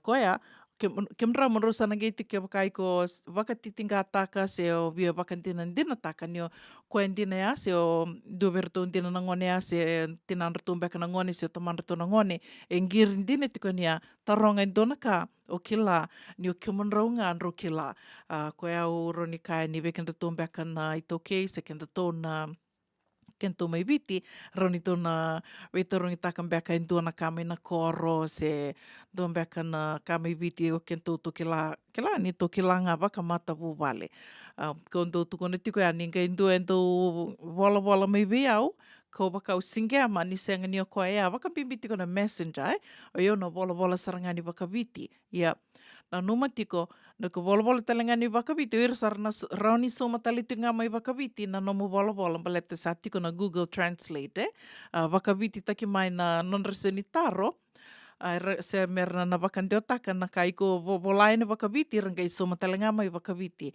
so kakua ni ava ngai kia na nomu waka tataro o se na nomu robi tal noi ko na numa ni sa ko endinango taronga talani dona ka me titombu na nomu waka tataro wakayanga taka na nonda vosa sona ngana ngoni sale roni tona sa samba itu kina na buku ni mbutako wakando mambula sa wakatungo koya nagutuku na taliboni na noa wakayanga taka zartunga na artificial intelligence mervengiri akitiko veira na leoni vanua mai New Hampshire ka tukuni tiko veira na wakayanga taka tiko nando moi Joe Biden na presidente ni vono levungo Amerika wakasamtaka madea wakayanga taka tiko nando mona me tuku na ni veira na do vending taki ni kakuni le vending dingi ni ko ni ge waraka ngana vending dingi na vulo November ya na non rai vanding kasing vandi dau ira na tombu tako se ira na sasanga tu tunga na satunga na da ilomandra so ngana kame dana gangaro ni tikina mendana yanra vitiko kina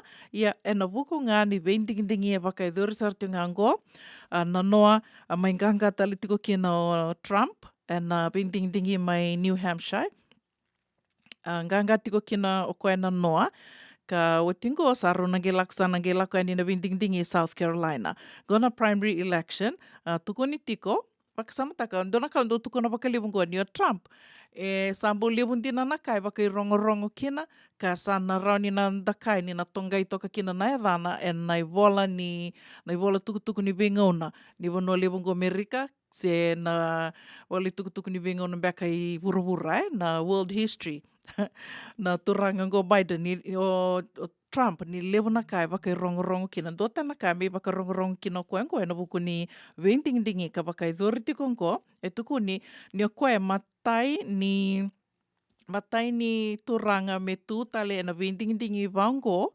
ka me rua na bonongo me mainganga ko na bonu rurongo Iowa wat ke New Hampshire ka senga ni tora to ko ndo ni tutu waka value taki waka mata ni tu ngona sarangango waka sama tak mandea senga ni ndo ni tutu tora tiko Trump na ngonongo Io, matai ni turango koea, me mainganga e na rua na state le lewongo, ka tuku ni orona state ongo e rona wakatau tuwe rau na koe na winitaka se mena tora nei tutu waka presidenti se mena tora mbaka nei tutu ni value taki as either Democrats and Republicans, Indo waka mbimbitu ngā arto na Republicans o rona state e ruango, Iowa, wat ke New Hampshire, ma taini turanga, koea e na tonga itali tuku kina na e tarambu, e na i wala tukutuku ni wingo na e na wono lewongo Amerika.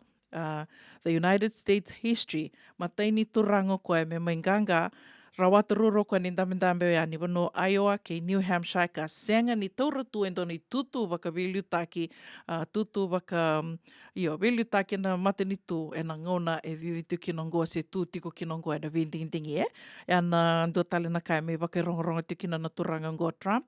Ngona saramantanga ngo, e sa tukuni ni kia nei rei tiko ngoa ni e rau sana lei tutale e rau na lei tutale na vindingi o koea e na vindingi lewu ni vula November ia baleta ni mai liu tiko koea ngoa na ngono ngoa sa liu tiko koea na 5.5% 5.5% mai New Hampshire 43% 4.3% o Nikki Haley Nikki Haley tukuna tiko koe senga. Se mberni o koe ngo se votali tiko Vita Vata tali na state se voti ko ngo. Sengi wetinga ngo e rua na state. Dinanga ni ru state lele ururua. Io senga ni via yalo lele kino koe. Savati koe ana i lako ni vendingi na vono le bongo Amerika na vono wa se tiko ni kinongo balet nenda ke la tiko o Amerika e rai ke tu me kina o wura todoko e rai tu me Amerika na veka na adu tiko na vono le bongo na matani tu le bongo enda na liva kila ser na liva kila na kena revu e na vi matani tu tale so salima dono na kaloko e na radio Bula Duavata San Francisco me Kauti kanda wata tiko mai e na kavi binaka ni bukelulu endendai na serongo ser kataravongo na beba kambula tiko kina ve kimni ke na venga ravi tiko e na vetambana ni venga ravi so na abato ai so mai Australia vakatelinga kina na vetambana ni mbokumbuka ai so ni sale andra tiko kina ni sale ki daka tiko kina na toranga na dorvo vakatelinga kina na ve vale ni venga ravi so se na nursing homes ka ni sale venga ravi tiko kina na marama wakanu ni venaka tiko ani ve kiomani na serango me na nomani ke tiko wakambibi tiko ve api meleki ndrau vinaka wakalevu na sema tiko mai api meleki ni mbula vinaka barada alani lolo hea wakanu ni vinaka tiko ani ve kim ndrau kito sa mista ki kim ndrau tiko ni taka ni ndrausana lios tali tiko mai nandona singango wakambula tali tinga ve teli tapele mbula vinaka teli wakanu ni vinaka tiko ani ve kim ndau wakatela kina ve matayasi lovondua ni mbula vinaka matayasi vengana vano ni sema tiko me kina na kavini kua mai lo mai buna sekta rua na itasiri ndombula vinaka mai na itasiri wakambula tiko yani ve mbulou chimione luke tangiwanga seina mbua ke rupeni wakatela kina ve laveti mbali suva ndombula vinaka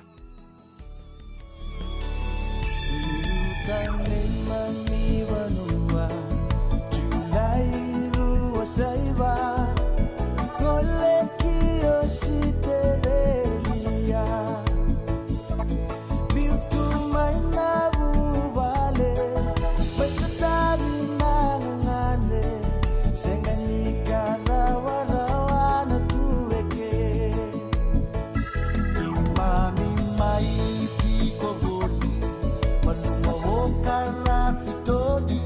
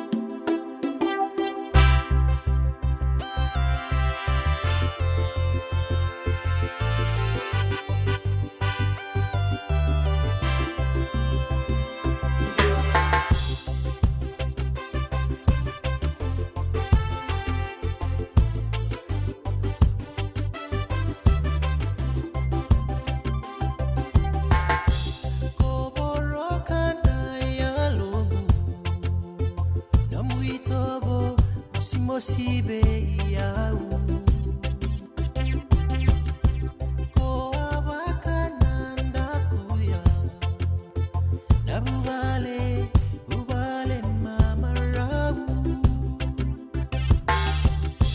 takibuni nungaru sota kamatalebu sikumbama sinaturanga niwa bulina sivali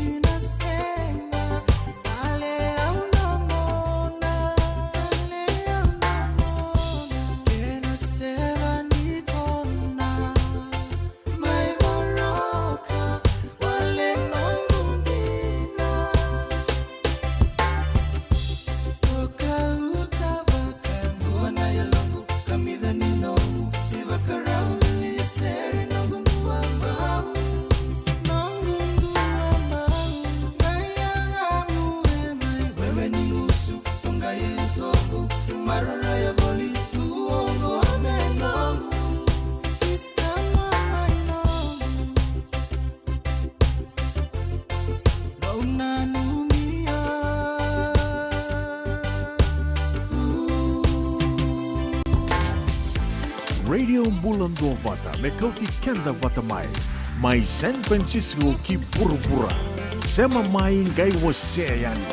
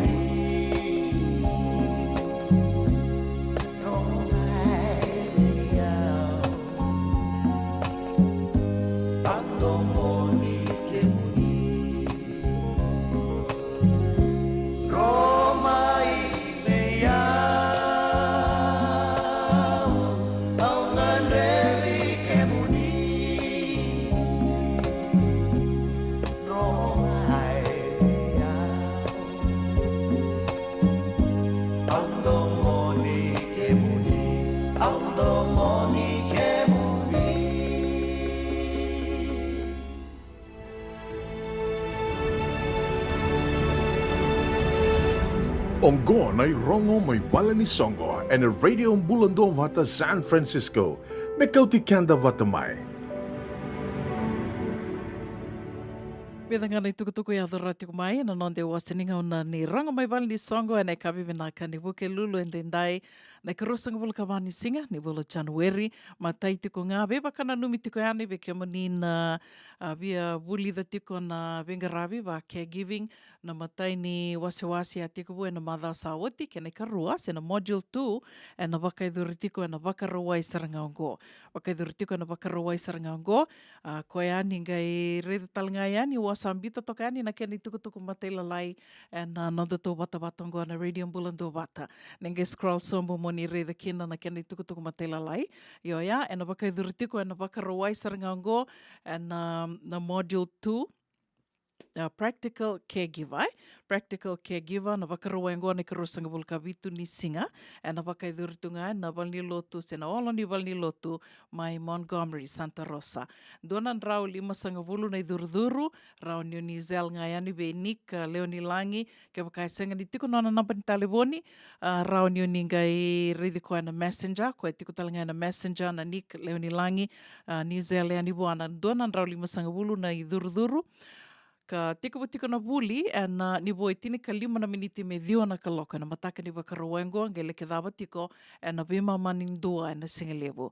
E ama e na Vole ka toka voi tini ka 5 na miniti me diwa kina ve mamanin dua e na singele ni wakarawai sarangangoa ni ka ruasanga bula ka vitu ni singa ke re maninga ve tukutuku ni taktoka yani.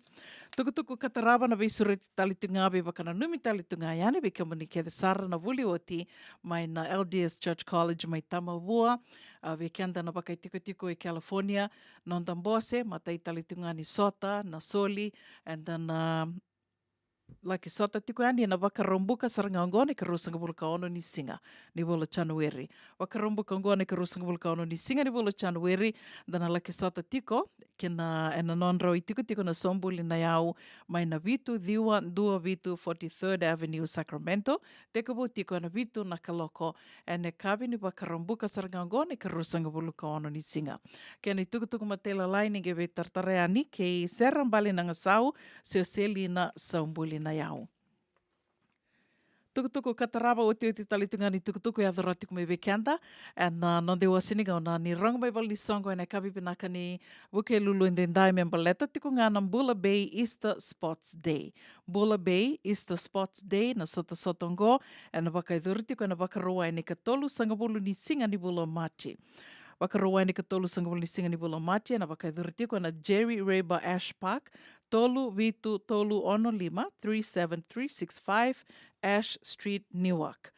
Kena i tukutuku matela lai, membaleta na netball, ve kia mnio ni na vila ki wakitavi, e na sota ni netball, ni ve tartareani ke nemani tawa, e na taliboni 527-215 Diwa Vitu Vaono. E na 527-215 Diwa Vitu Vaono. Na volleyball, ve kia mni na ve timi ni volleyball tiko, se o ni na via laki wakaitavi tumbeka na volleyball, se ngatuni dona timi o ni sa lewena tiko, ni via lewena dona timi, ni ve tartareani, ve lani e tavuni wai, e na talivoni 527 ono, ani wasoti au, 527-215 Diwa Vitu Vaono. O e ana 527-215 Diwa Vitu Vaono, e na sota ni volleyball. Na i dhuru na timi ni vea dhuru yani na VCCV ongo dhuru ya Ronan Rau 5 $5 ni ngai rawa ni zele ani ve Peter Isaac and talibo ni va saiva walu ono tolu vitu tolu rua walu va me takarua takatale na i dhuru ve kamni na ve timi so ni na vea laki wakaitavi na sota ngo na i dhuru ya Ronan Rau $5 rau ni nge ve tartar ka zele ani ve Peter Isaac na talibo ni va saiva walu ono tolu vitu tolu rua walu va. Ya, na i dhobi ni sota ngo, rua na $1 ni wasoti au rua na $1 wikim dona timi kan dona ganga and gona sota rua na volleyball ke na netball na runners up $2 runners up $2 woli tekto kina na kakana ke na vekatali so menda na laki maru takatiko wakamata bubale na wakaruwaini ka tolu sangabulu ni singa ni Bula Machi and tolu vitu tolu ono lima Ash Street Newark. Ya bolek sartonga ya sani vale wikito and wakaidurtiko na Jerry Reba Ash Park. Keni tukutuku matela lai sambi tiko yani na tikindua katiko kina na namba ni talivoni and nonda to Vata na radio Bula Duavata. Sema ni songo dhavangando lewena tiko songo dhavando sengai novo tiko kina na veka so e lalau tiko membaleta na embakiongo na bukumbeka ni vivuke se na nomdo lotu dhokavata se na mbose se dhavangando bako tamai goendo na ngoni sale roni na vivuke tiko yani kina na radio Bula Duavata na kina mai kadhiva tiko yani na nonda to wasininga ona vata na vea kavi moni tike na wakarombuka wasininga ona ni rongo mai vale ni songo ni wakotanga mai viau ona buninda kua rotelangani ni wakota ve tali matakimbau sembiunga mai na messenger na radio Bula Duavata se rotelangani ni mbiuta ve tupe and radio Bula Duavata and messenger talanga tiko talanga na messenger koe ya na ve ngoni sale so eroni ni ve tartar mai kina radio Bula Duavata San Francisco me Kauti kanda wata tiko mai sa sivitongo na 5 and tini ka 8 na miniti.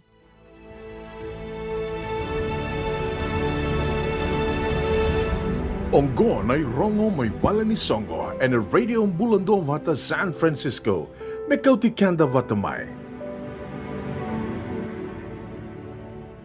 7:05 na tini kawalu na miniti ana sera kataravangona ve wakambula tiko kina ve kimanrau na vete nani bula venaka cheli tambua kendi sera wakanui ni venaka tiko ana ve kimanrau happy new year unu itakani on bula venaka tiko sandende unu itaktelangani nandona singa goto no me sota wakambula talitingani ve mere ani keve ni bula venaka wakaritaka tiko mokoa ni dona kana tau ni langi mai suba na ngonongo isa suba sa suba ngai se vadava dombula vinaka mai na Bryce Street mai rewanga vakatanga kina ve John Vonu ni bula vinaka John vakanuni vinaka tikana vi kiomani ane kavini kua Sayang tala ninguna da vitikina api melekin rau dombula vinaka vakanuni vinaka talitunga ayani vengana vano ni sema tiku mai kina na kavini kua weke mundo en sekta rua mai lo mai vuna ita siri dombula vinaka vakanuni vinaka talitunga ni weke mundo en kavi vinaka ni buke lulu indendai singa lebu tiku ni lotu lebu Sayang tala ninguna da vitikina alani lolo hea ke Jane lolo hea vengana vano andro sema tiku mai kina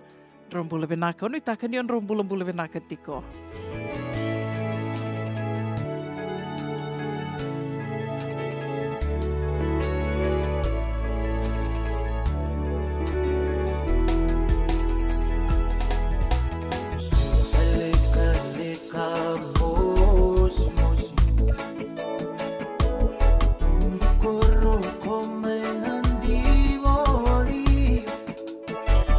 Rumah ibe kilai, bikin awai na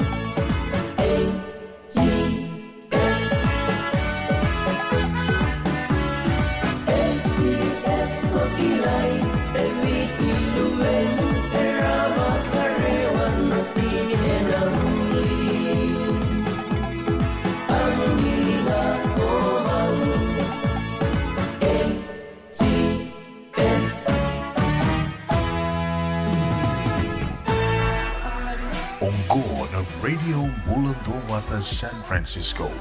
Met Kauti, Keda, Vata.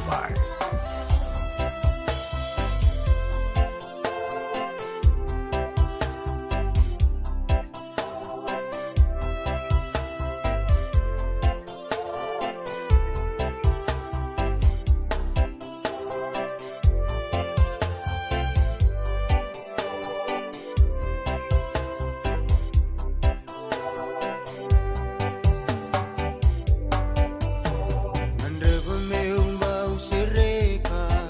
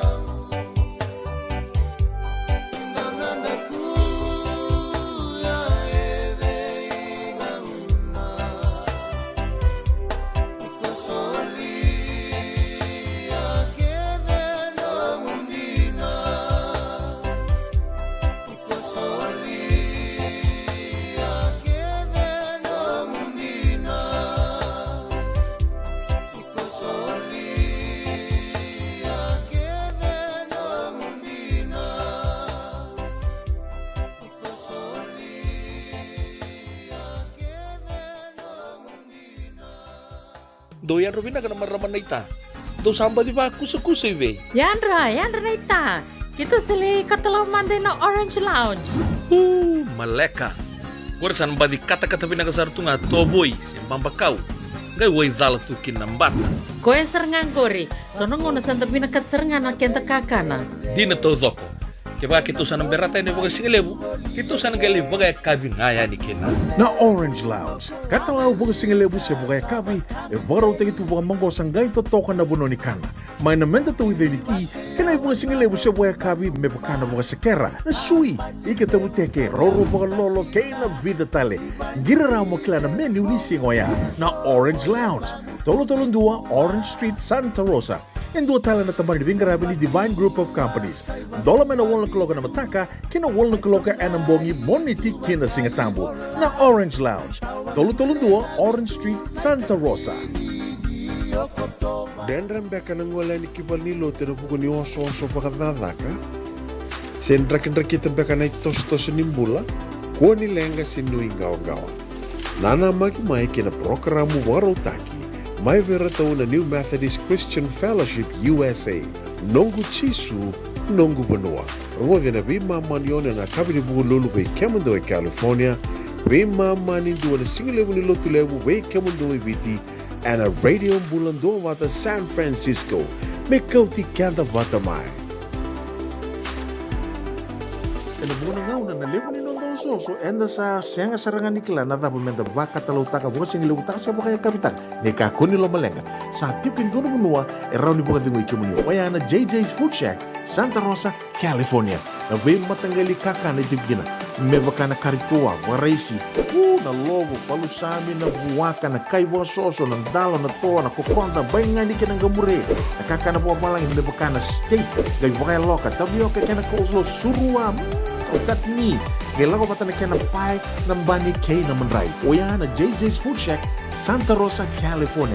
Erang sarang ano direct message virto, giri nga kina bitu sa iba bitu, tolo duon limono, siya, o nga wala sarang ali tumiko may nanomota, na diyo maluma Billy Street, o yan Santa Rosa, California. Erang talang nga nirito ulit dilibata kaya na kaya mo katalawa sing lebo sa mga kabi, yan may Santa Rosa, Kinavato. JJ's Food Shack, Santa Rosa, California.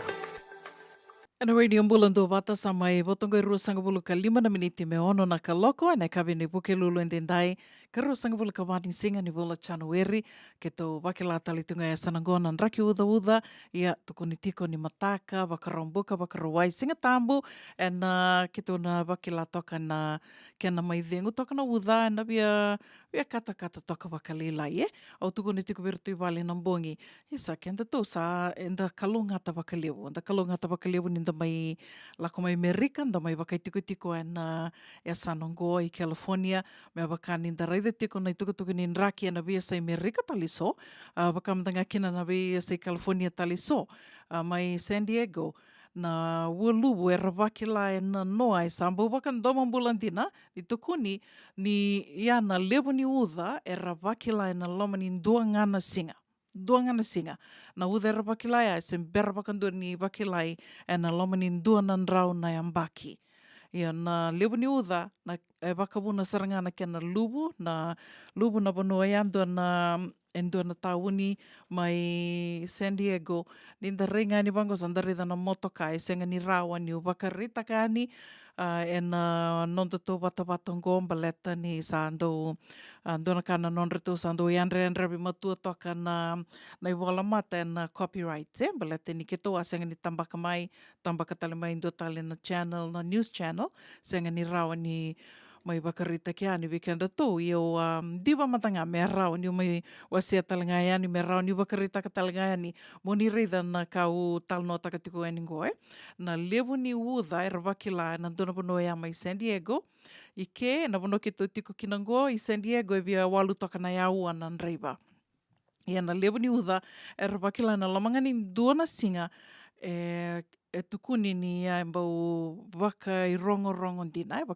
dina lomani donan rau nembaki sem berba kondo ni ravakila na matangali uda karavakila na noa na kena levu na kena na tombi ni uda konga ni da reitunga ni bango da sarida na motoka ni sakuita ki waka samataka ni na motoka Motokana kambimbi. Vigonge rea ni wakangai kuita kitu yang duana tawaya takum beaka raniu kaya. Duana tawaya takum e sa kuita kitu wango no wai Wasartunga ni koreda tu ni na kena sa kuita kitu na motoka e na vanua ka lubu tiko ya mai San Diego. E na levu ni uda. Koia ke tau waka vinivina ki na waka levu. Da ndondonu beaka me dana waka vinivina ka tiko Ni nda mai tiko na se California ngo. Dina ni tau wakila na uda. Ke tau wakila talitunga na uda. Ia senga saranga ni vasarea na kena B sena kena levu na uda. Koia, ki tau waka binibina ka tikina, ia tau waka rita ka talitunga mai suba ni Nandi wakile talitunga na uda B. Ia nda sa anda rida tikunga, nda waka ndina taka tiko na bibi sau ni nraki. Ke waka nge indu e tuku na tikungo ni lausu taki tiko na climate change, sena global warming. Au kila sa andai kena tukutuku ni mai na nungu kornivasu sa andai baleta ni senga ni tuku ni it doesn't take a rocket scientist to see that and be able to tell and be able to declare ni sa da wakilan dina tiko na kena visau tiko na nraki na wakandoma bula ni nraki anda sa rida tungo na kena visau andona bono ya mai na yatu Marcel na Marshall Islands tukuni na ritunga na mga sa lako nga may na ua sa ua kuitaki na ua ni lako nga may dhure ni lama ni vale kuitaki na ia senga ngone ni tukuni me baka na ua loka sena tidal wave senga ngona ua saranga na ua nga koea ni wakile tiko na ua ngunu sena king tide na lama ni vida na singa sa utingo na kena levu mai na yatu Marcela ni lako nga ni na ua wakandui lama ni vale yanda kila talitunga na bono na mai na yatu Marcela sena Marshall Islands ni sa luvu tiko sa nromu tiko na levu ni bebesau ni nraki ngona sena nraki besau enta sa wakila tungo na global warming sena climate change dona i tukutuku a dhawiri tiko na lama ni vida na singango mai viti o wambote ai nika vae dona bono vae ai nika vae se idhon batim beka au senga ni turarawa na turanga sena marama e vola tiko na kai dhawiri tiko ngo membaleta na nonra dhula tiko e sona ngone se wira na ngone era sa riba mbita ki tiko se kunei tiko ni kila ni tombo indo na motoka ni tuku ni laku tinga ni bango na motoka kele ke baka indo na ngone e laku tu e sa laku ni bango vesukira ra dhula ira se ra dhula ira range vesukira e vatiko ya nongu baka wili ke tiko na nongu baka sama e vidhi ke sar ni tuku ni ana waini mati ni baka mati ni taki sena drugs era lei dhula tiko kina senga ni rabaki le ira sara kau sar tiko dia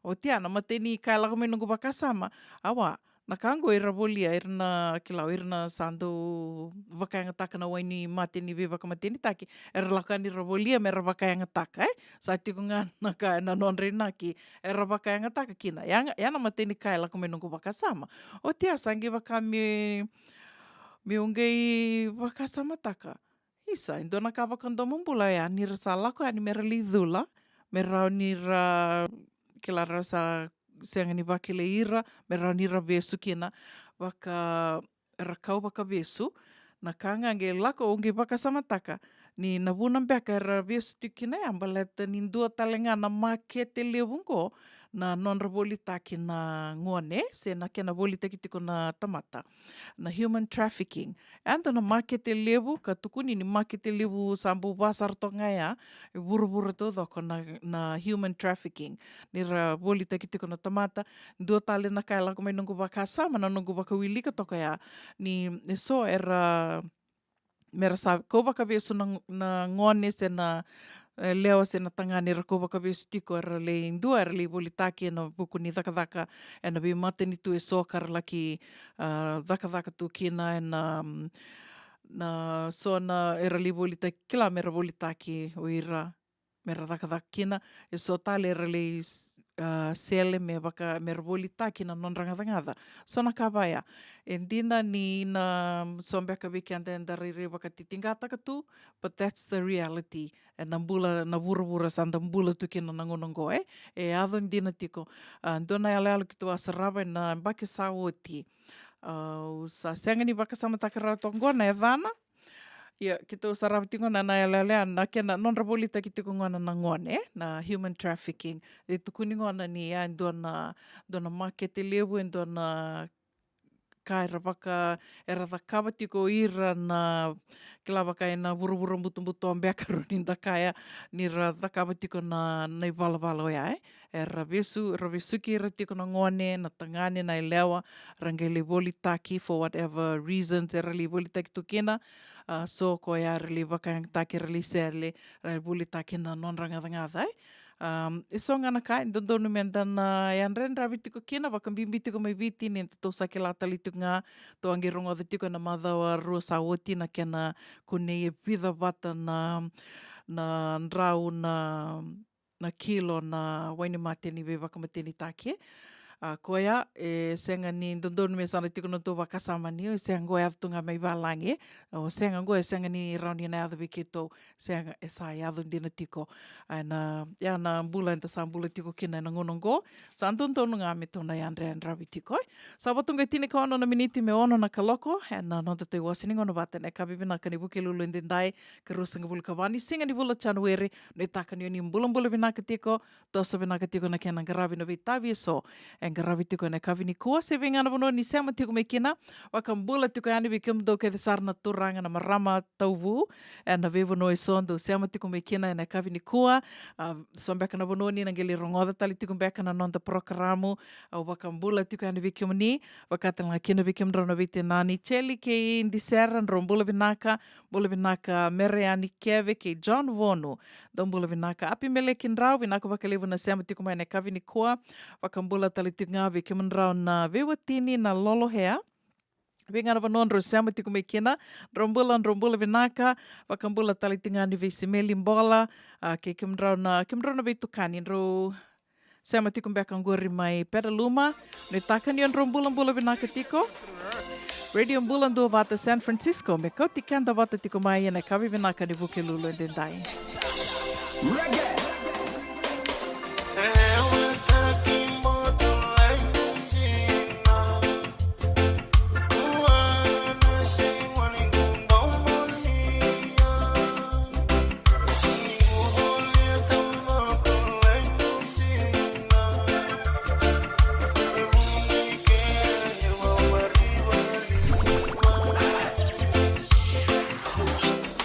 Side.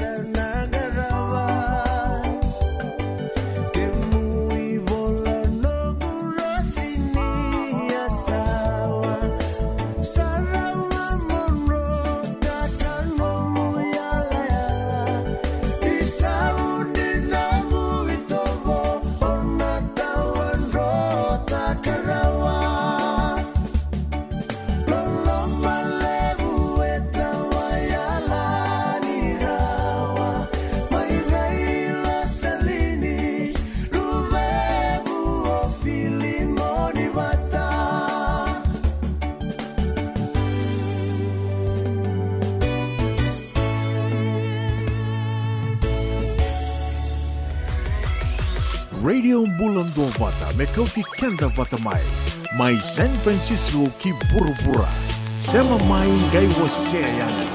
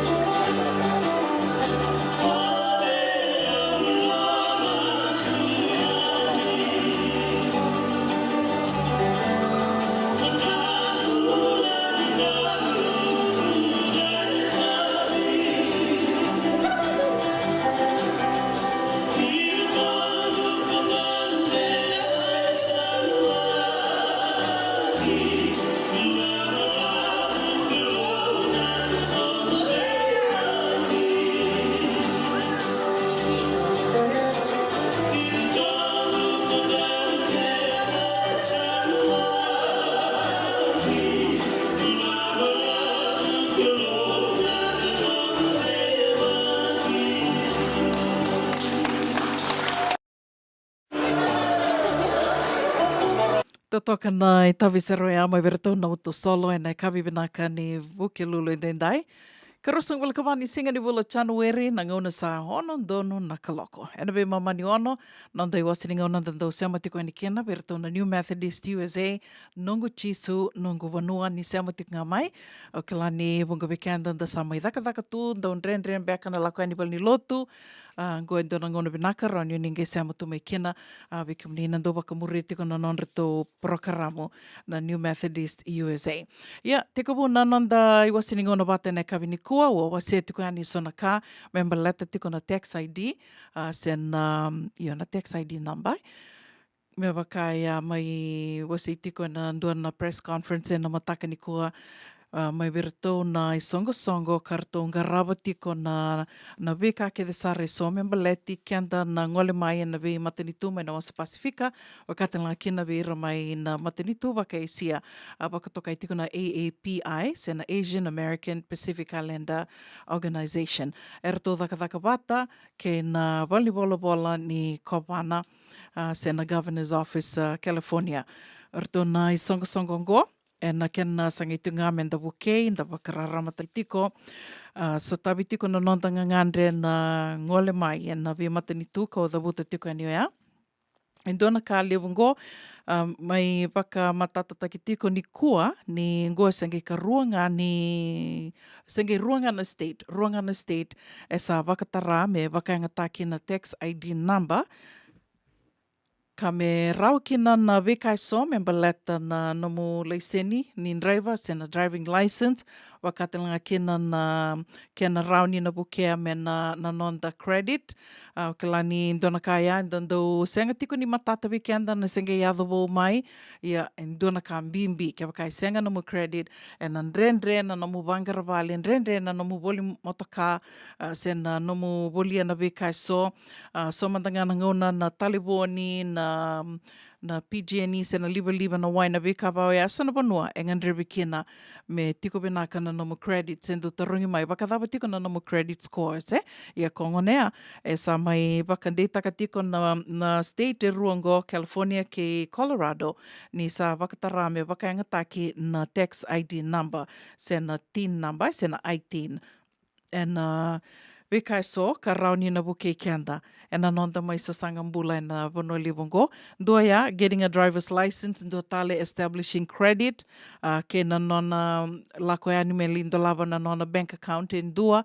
E na bibuke sa na wakararota ki ke wakai tiko na nomu tax ID. Ndo tale o yana ke na iksarao talangani na boli bali kina. Rauni ona voli vale and a tax ID. Rautalanga nindo na nomu credit card using your tax ID number. E ana vikai so, e bibu ke kina wakalevu na kena mai tiko rau na tax ID, mindu veko na tax ID number, senga ni na susumitaka na i volatar ni daka sena work permit, sena work authorization. Ertu wakaritaka mai, ni senga ni na susumitaka, dina nga ni sa rau ni kuna wakaingataka na nomu tax ID number to file income tax. Nangonongo na teke puni ambaki mai na Bula January kina Bula Epireli e nangona ndo da file takina na nonda income tax sa raunin da wakangataka kina na nonda tax ID number ke wakai semberni tiko na social security number.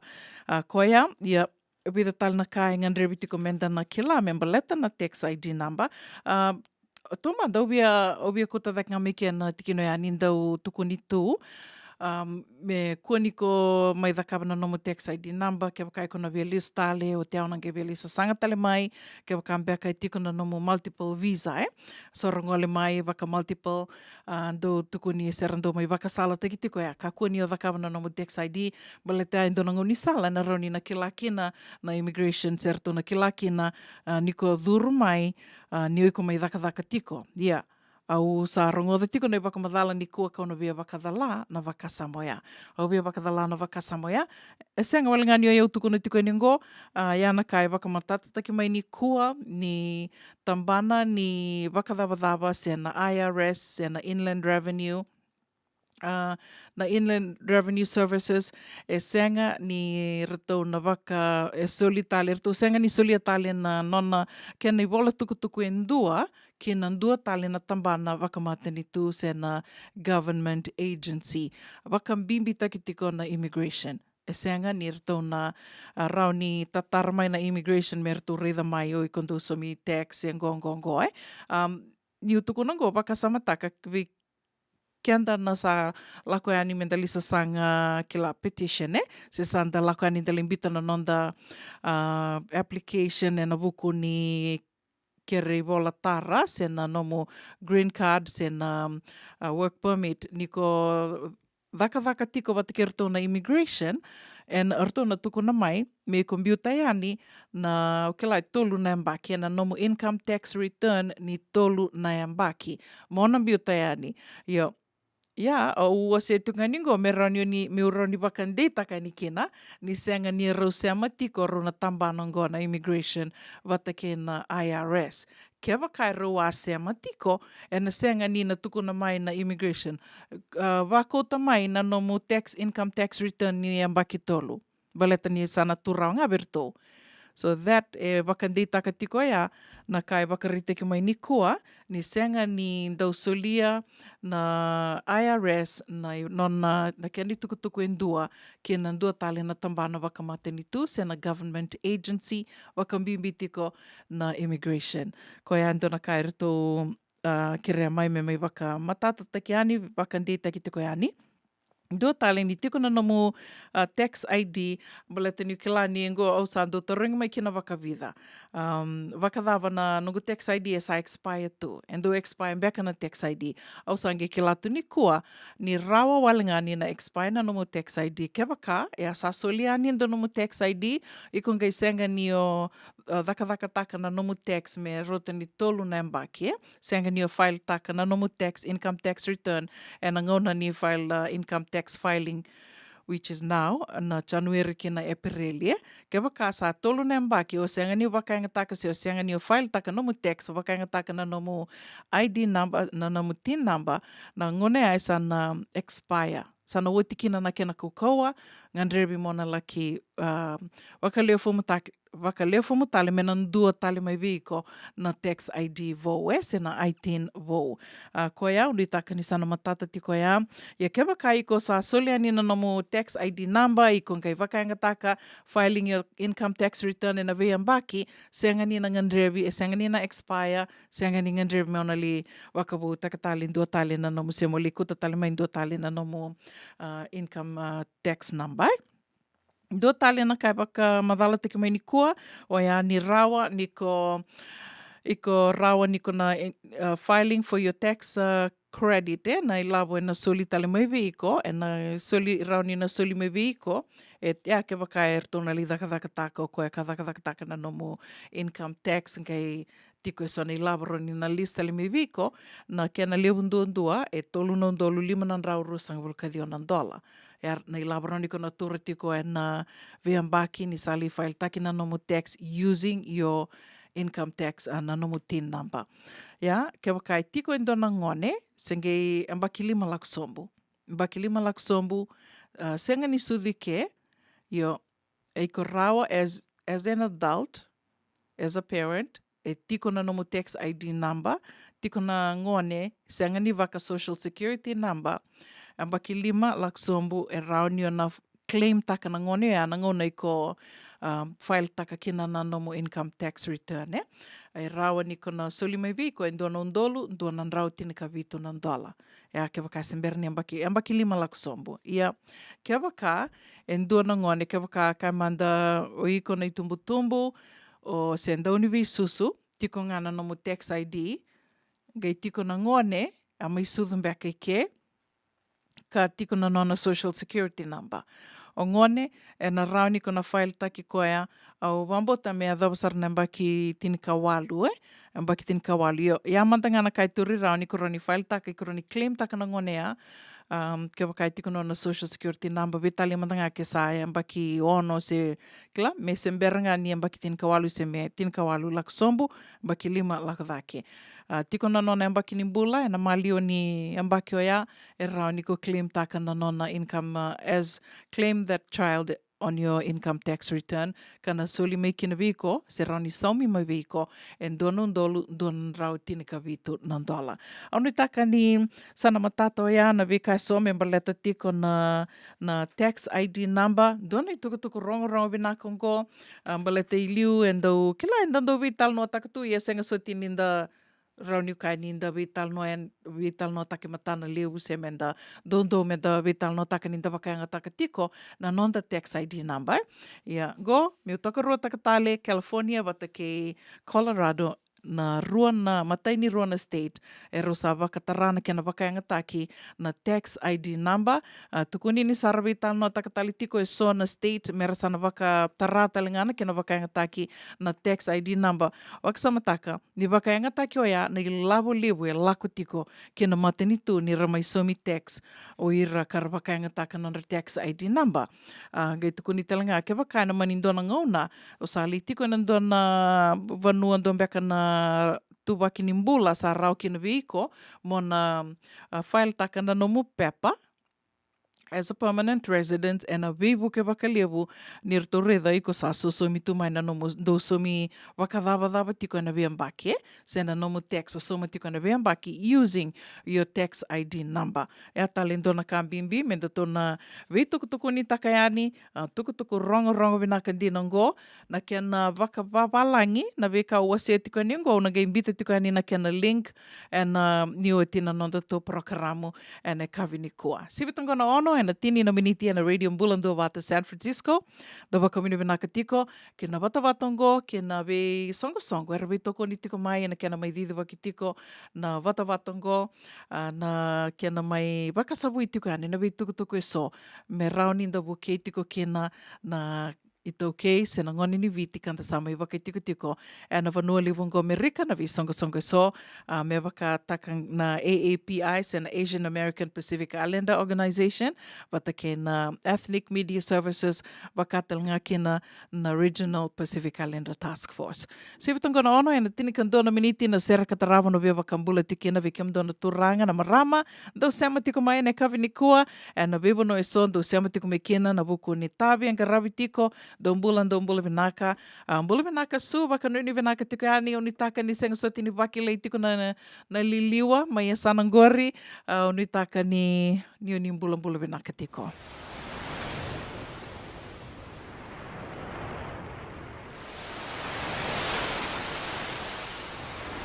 Hanggang beto kau bakasarawana lamani koro bakatu Ramani vanua ya thaisa wana moniro ngotha Bakairo vau bakandanga vau bakairo va moniro ngotha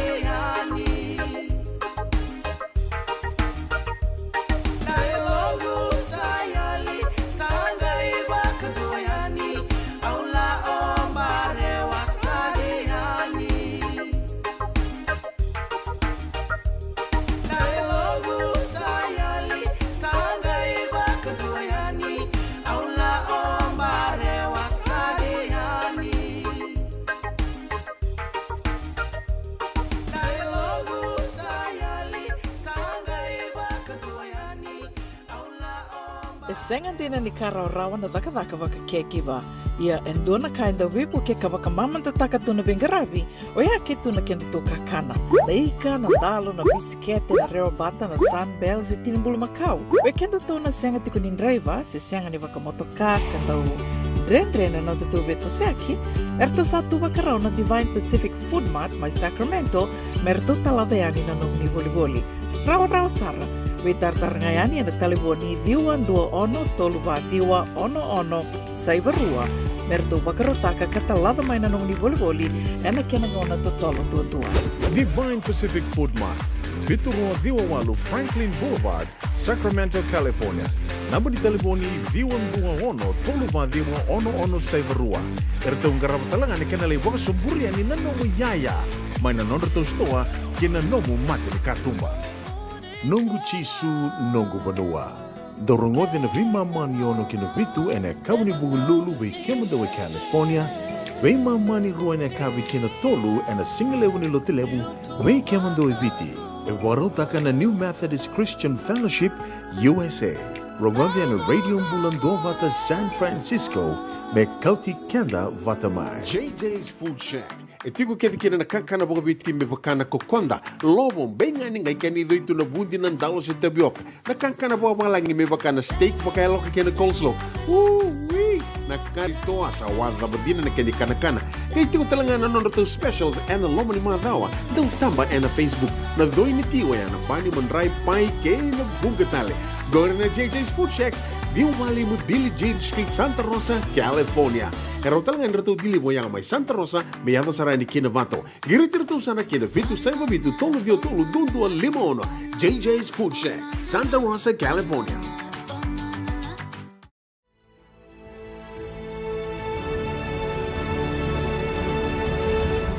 Ongo na rongo may wala ni Songo and a radio ang Bula Duavata, San Francisco. May Kauti Keda Vata mai.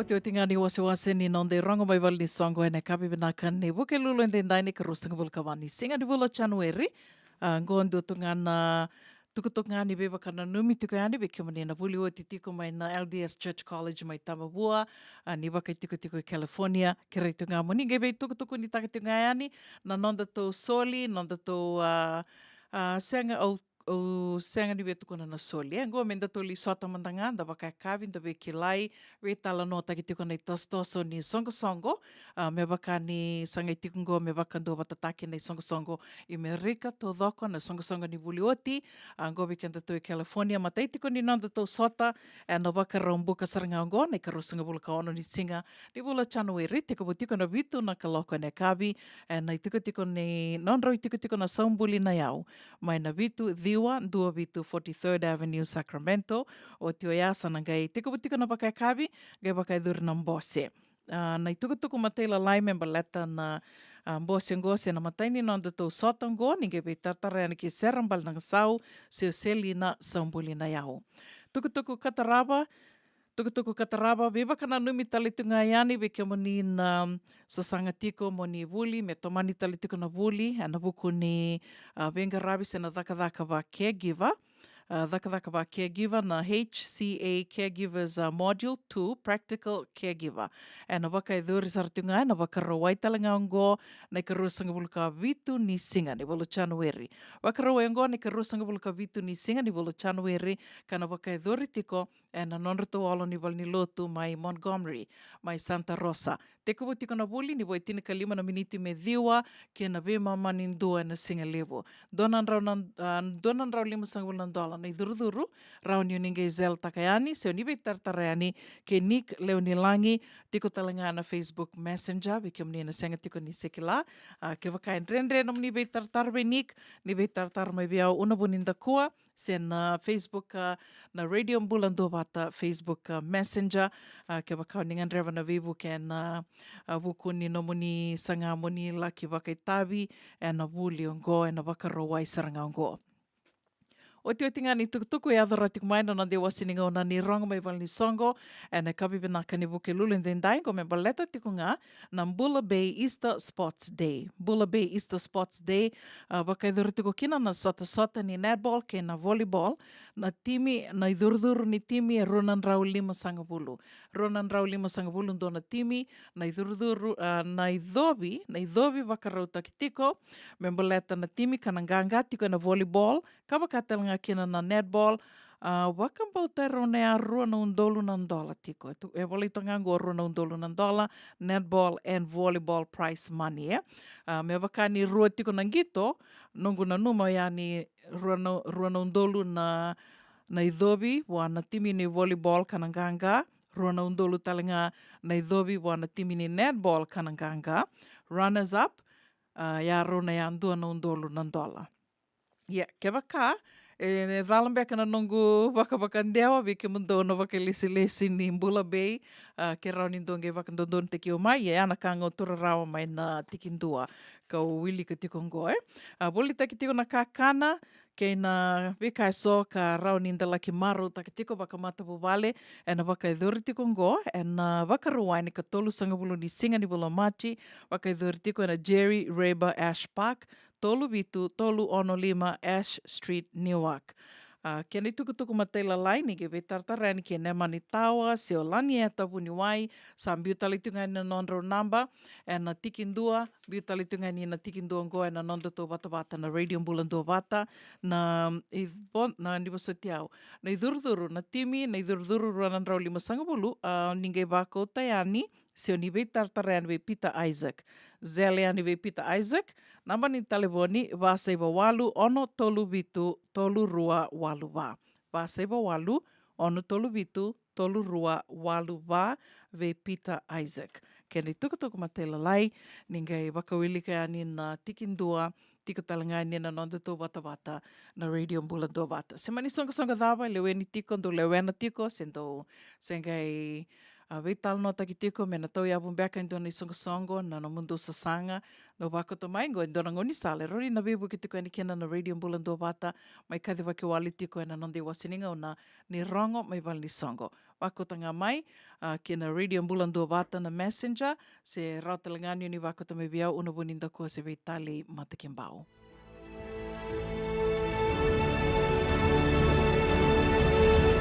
Ongona i rongo mai wala ni songo and a Radio Bula Duavata San Francisco. Me Kauti Keda Vata mai. Sivitango na ono e na ruasanga buluka 5 na miniti e na we mamani ona da sana se amasara tuka ni kina nandi o sininga ona wakarotaki karatondo mai venga ravi tuka ni kina na New Methodist USA na nongo chisu nongo vanua. E ana be mamani ono e na ngono mandanga ango do talamanda na onda itavisere kauna be wakambula tuka ni kina ve kimundo na sema tiko mai wele kutu isa. O wakambauta e rerei uda tumbeka ngore me wele kutu. Wakasaranga o rede tiko na mundo tolo ningo ni sala. Wakanuni vinaka tuka ane wiki mundo na matupu wale na tili. Ni taka ni ando mbula vinaka tiko na watu. Ni mbula vinaka ke mundo ke desara na leo ni matupu wale na extended family. Mai wele kutu. Ndo mbula vinaka adura seru kasari vinaka wakalevu na sema tiko mai. Na kavini kua. Mbula vinaka su.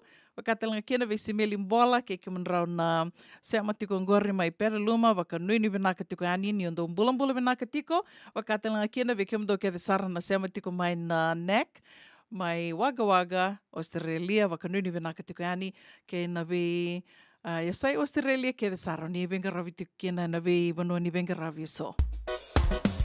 Te runga manda nei talano ni kawaika mi kamida mai verto na bonga ni ndelai vangani and Radio Bula Duavata San Francisco.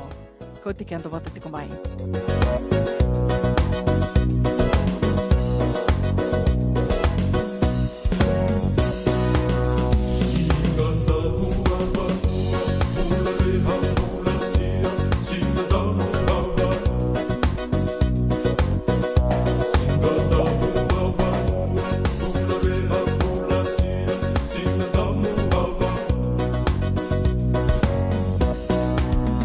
Nakawai kamida leni madu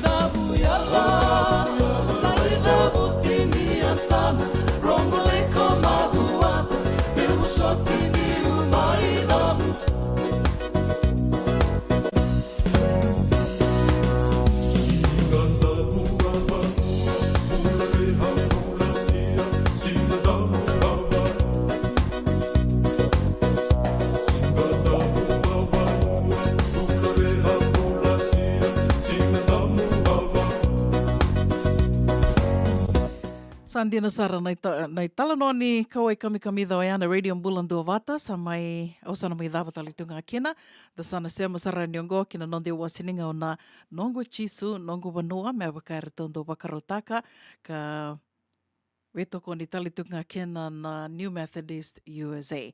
Na wuni to kaningo, una wuni nda kua vinaka wakalewa na veto mani tiko mai na kabi vinaka ni kua au suretika mni ke wakau ni adalata na vi talno so, na vi prokaramo so, na vi ulutanga so, ningai subscribe kena ni to YouTube channel, sena nonda to YouTube channel.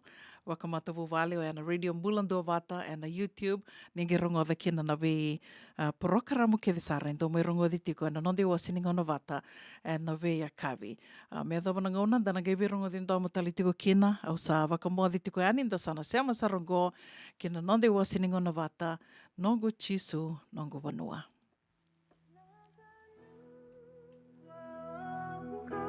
Nongo chisu nongo vanua. Warotaka na New Methodist Christian Fellowship USA and a Radio Bula Duavata San Francisco me Kauti Keda Vata mai.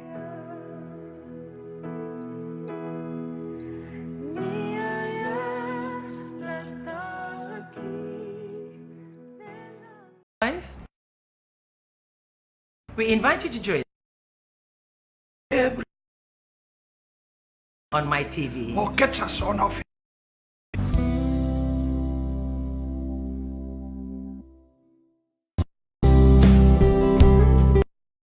is an epitome of God's love towards mankind. God designed us to live, and the Bible reveals that family relationships are important to Him. But as the believer, maybe you still struggling at work, social life. We AM on my TV. Or get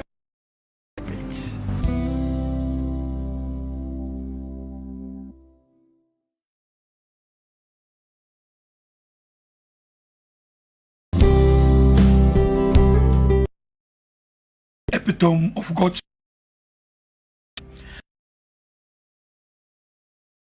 Bible reveals that you still struggling with your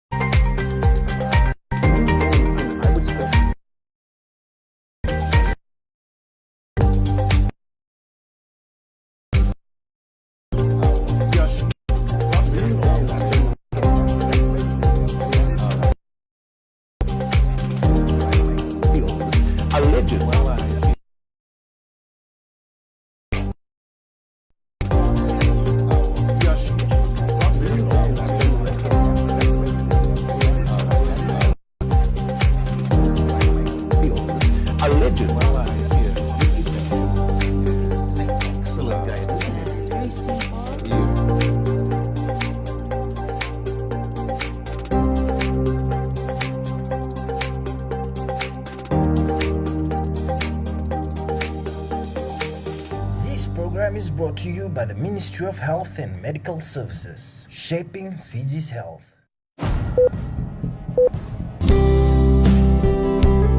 A family is an epitome of God's love towards mankind. God designed us to live in families, and the Bible reveals that family relationships are important to Him. But as a believer, do you feel that you are still struggling? Maybe you're still struggling with your relationship. Struggling with your finances? Struggling at work? With your social life? Or with your spiritual life? We invite you to join us on our Family Table Talk every Saturday at 7:30 a.m. on my TV. Or catch us on our Facebook page.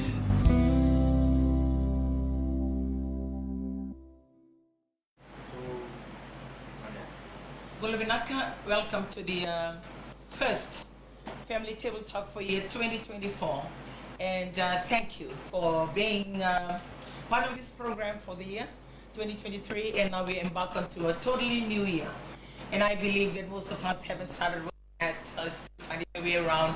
Still in the festive mood, And we would like to welcome you and say Andra Vinaka, Bula Vinaka, to those of you that are here in Fiji, as well as those that are tuning in from abroad.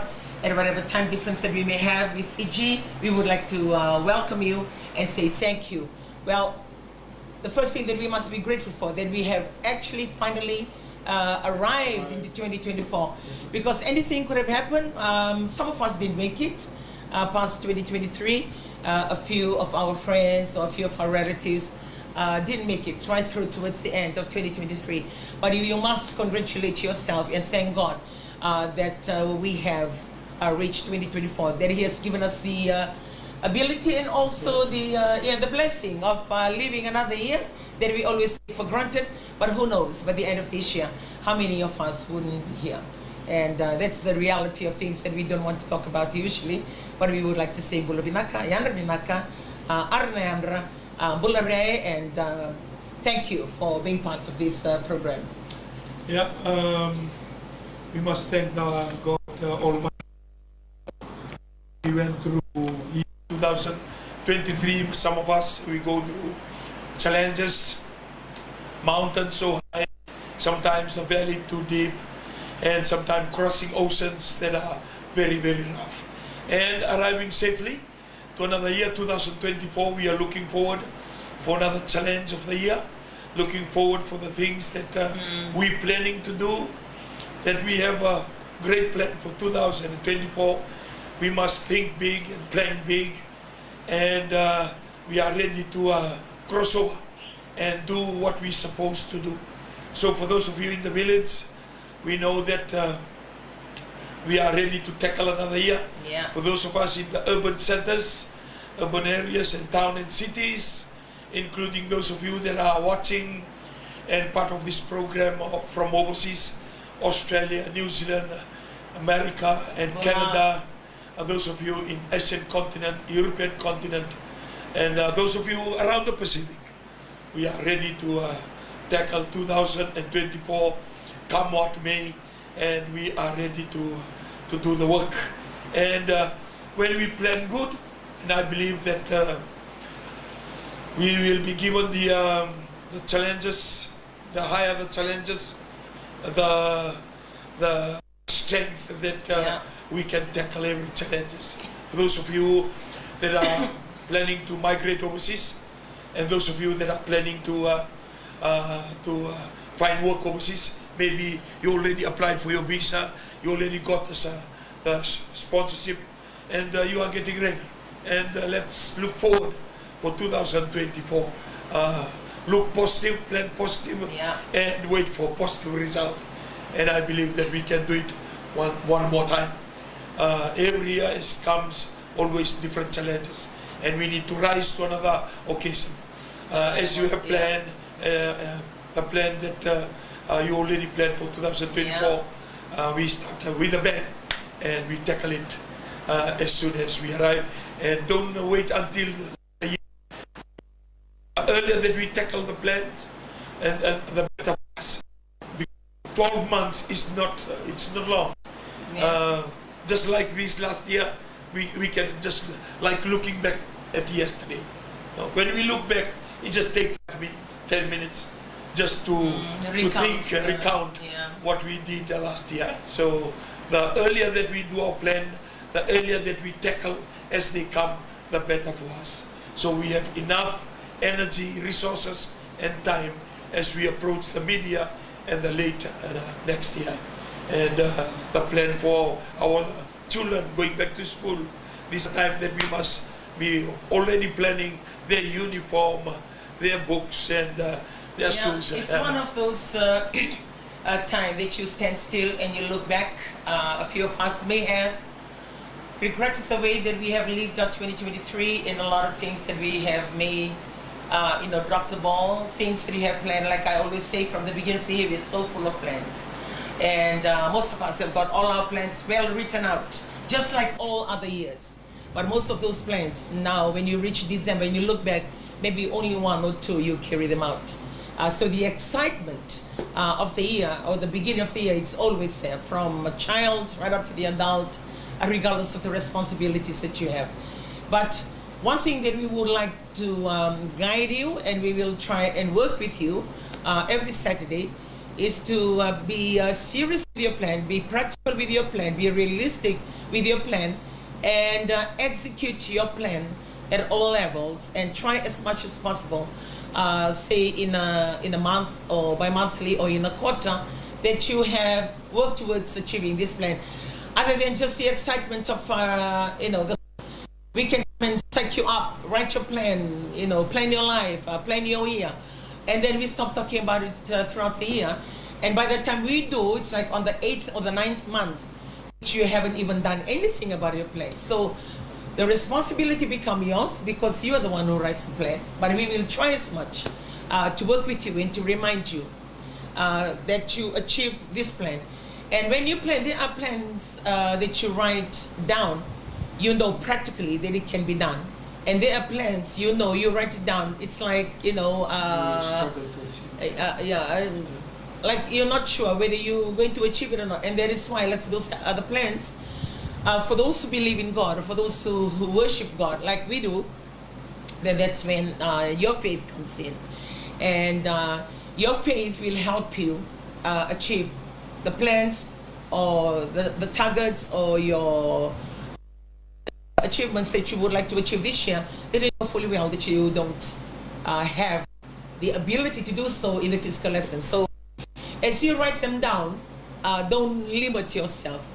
So you write down the things practically you can do, like do this, do that, do that. Like okay, I can easily do that. And the ones like buying the house or buying a fully well your salary is not enough to bring that to pass, or send your child to university, or this kind of expenses. Some are really big that your current situation or your current status cannot. So you write them down in another page as well, or in another book. Try and get yourself a book to do so. There's a lot of bookshops here in Fiji, a lot of small different sizes of books. For those of you in America, I got this book from Ross. That's about $2. And one thing about the books they sell at Ross, for those of you in America, it has some, inspirational write-up on the cover. This one is Believe You Can. There's a lot of others. Most have got Bible verses on it. So when you get those books, and then you will, work around that book. On the front page, you have other things going in. Then you have the middle part of the book, and then you have the back part of the book. So, but you need a book. You need a book. Don't just hold a book this week or in January. By February, you don't know where you place that book. Get a book that you can always carry it with you. The size that fits in your bag, or the size you can easily throw in your car, or the size that it's not like you're carrying a Bible with you all the time, or how big it is, but make it more practical that you can take it with you. I'm trying to give you guidelines so that we don't just write our list and being excited, but we write our list and we carry it with us, and believing that all those things that you have written, it can come to pass. And that time of the year, you look back, some of us may have overspent. Some of us maybe, didn't really think out the whole festive season. And we're still in the festive season, not until everybody else returns to work and school starts at the end of the month. And some of us, by now, you're dry and out. Like there's no more money out there, and you're trying to make do with the little things. Well, only look back and learn from it. You cannot do anything about it. You are in that situation now. And some of us really manage well. Come this time, this date, and today, you still have something in your wallet. You yourself, finally did it. I managed to save some money in the midst of all the festivities, everything, party, merrymaking. I still managed to save some funds. And this goes to all of us all over the world, wherever you may be, because I believe this season covers the whole world. Like everybody is doing something somewhere in another country. And some of us, you always put up your house. That used to be me years back. I love putting up Christmas trees and all those decorations. And what I do then, not until we stop celebrating Christmas, so I take off all the ornaments, I pack them up nicely, label them, and take down the tree, put them nicely in the box, because we don't use a real tree, we use a Christmas tree, artificial ones. And then I always have storage to pack it.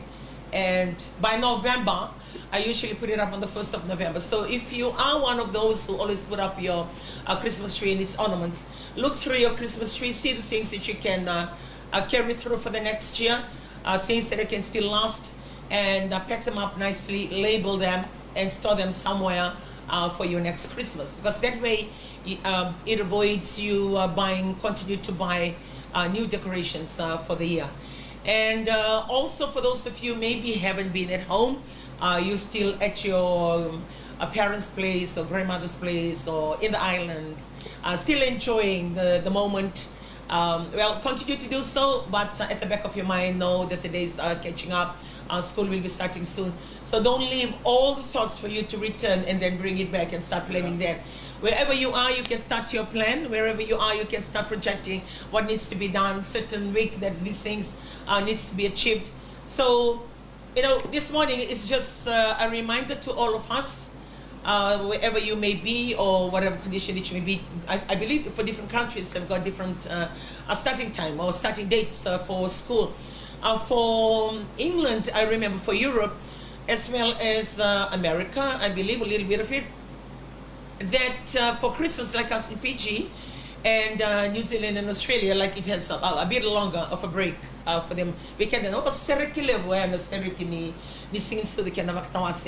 but for Europe, I'm definite that September, they go to their new year. August is the big holidays, and September, within the year, if you're in class 4, you go to class 5 in September, like the year changes within the year. So come January, they only took the break for public holidays during Christmas and New Year, and they are back at school. Compared to us in Fiji, it's like a long break. We enjoy the festive season. I think we are blessed. And then we go back to school. If I'm right, the starting week or the starting date for schools in Fiji, it's at the end of the month of January. So, you know, we have a quite ample time on our hands to be able to do everything, spend our holidays, do everything that we wanted to do before we return to school. So just on those stages of life that you were in this morning, and also your health. Some of us break the rules by eating the food that we're not supposed to be eating as directed by the doctor. Some of us are not feeling good after abusing everything that is over the festive season. Like, it's like, okay,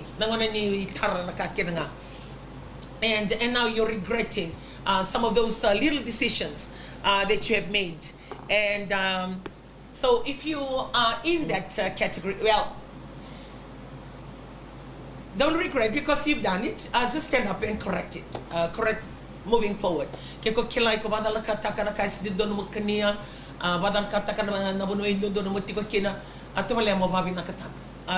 and get back to what you're supposed to be. I'm one of the culprit too. I did that as well. I'm allergic to 5 main things, and I was directed by the doctor that I cannot take because I break out in rashes. And one of them is milk, and the second is coconut, anything to do with coconut, lolo, or anything to do with coconut miti. And the third is egg white, and fourth is egg yolk, and also the fifth is prawns. Well, I wasn't a very good custodian of my health over the few days. The ladies who may be tuning in this morning because we were doing the serving for our event that happened at the Dome. I've been breaking my own rules and eating the things I'm not supposed to eat, but I always have my tablets on the side, which is the wrong way of doing things. And like what I said, I'm saying something that I know fully well that I did it as well. So you may have, maybe it's for some, you can play around with it, but for some you cannot because it's life-threatening. And whatever situation that you may be, try and rethink. You congratulate yourself that you have finally come out of 2023. You are now in the new year, 2024. So what's going to happen for the year? You don't really know. What will happen to your family? You don't know. What will happen to you and your husband or you and your wife? You don't know. What's going to happen in the workplace? You will never be able to say that. But the only assurance is for you to be positive, do the right thing, and live the right way and be with the, in the right fellowship or in the right, having the right people around you that speaks positivity and also bring you positive vibes other than being negative or telling you or tempting you to do the things that you know fully well that it's not correct. Yeah, we take this time to thank everyone for beginning another year, and we are looking forward for another year for us in the church. We just finished with our youth symposium, and we must thank all the stakeholders like Fiji Sports Council, the Suva City Council, and all the other authorities, the Rewang buses, the SOA buses, and other stakeholders, Billion Six, for accommodating our young people, thousands of them that they converge into the Vodafone Arena for their 6 days conference symposium. And we really enjoy what was provided and the help from other people. So we thank every one of you that have been part of us when you are watching this program online. Most of the program, we thank My TV and the crew, Chonati and them, for airing most of our program out there. And not forgetting Stanley Simpson, all the way in Seattle, in the state of California, state of Washington, that you are enjoying your break at the moment. We take this time to say thank you for the time allocated.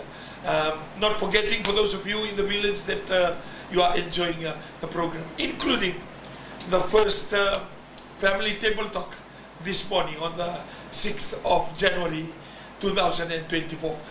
2023 now, it's called last year. How the timing and the month and the year start to revolve, and it's picking up.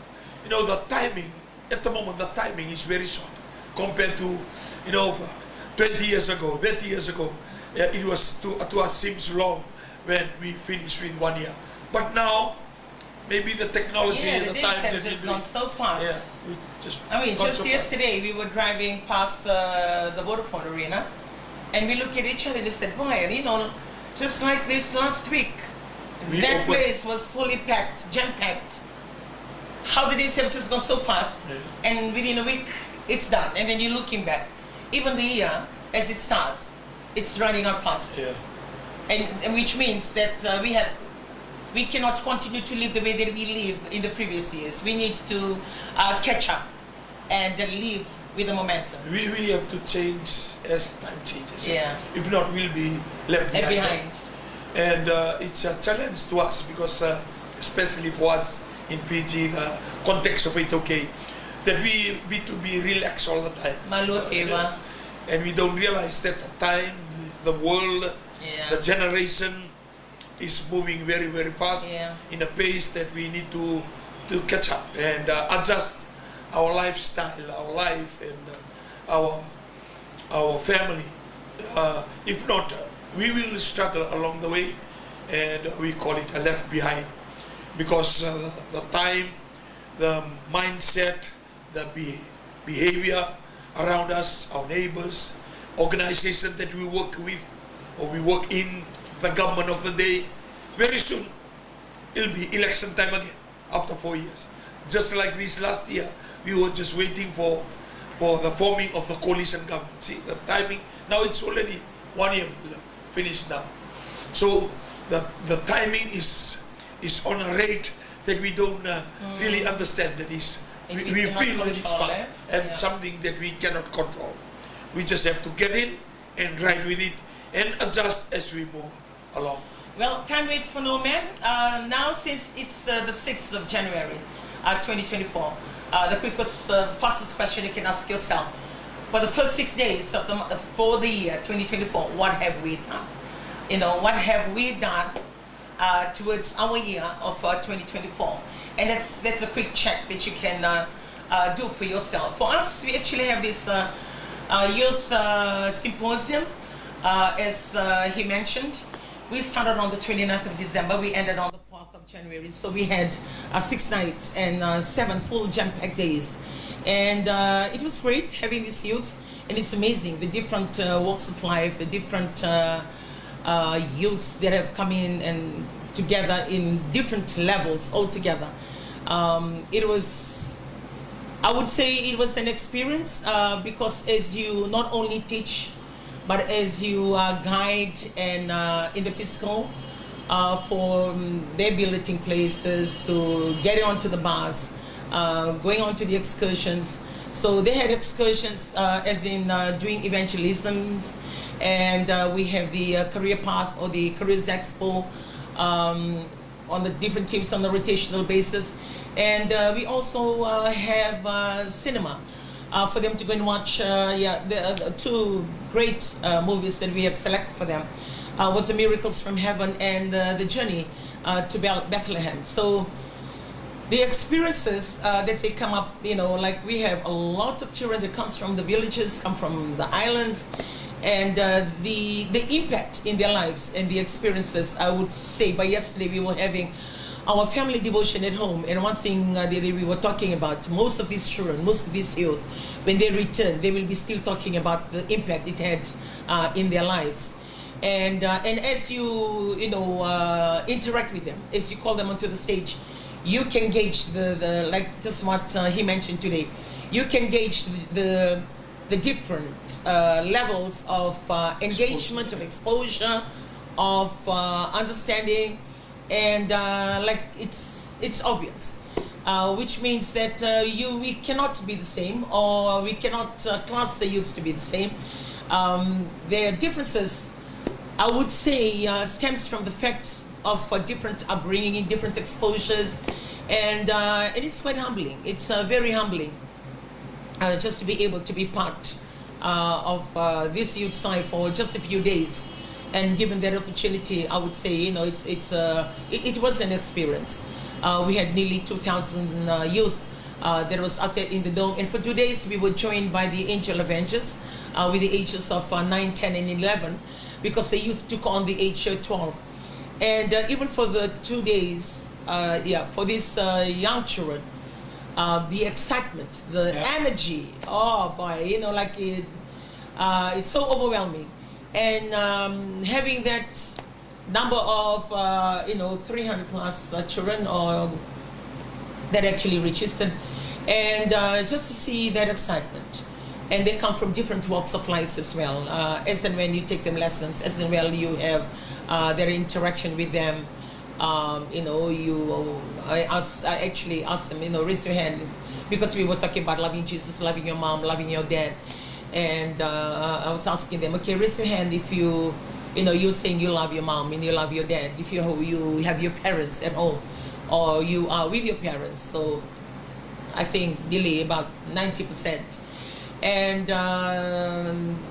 the next question asked, okay, raise your hand if you are with your grandparents or your aunties, your uncles, or somebody else is looking after you, and you have some, hands raised up. I was told later, far later after the program, by one of the coordinators, that we had a little girl that was sitting there, and as I asked that question, she broke, into tears and sobbing her heart out that I didn't see.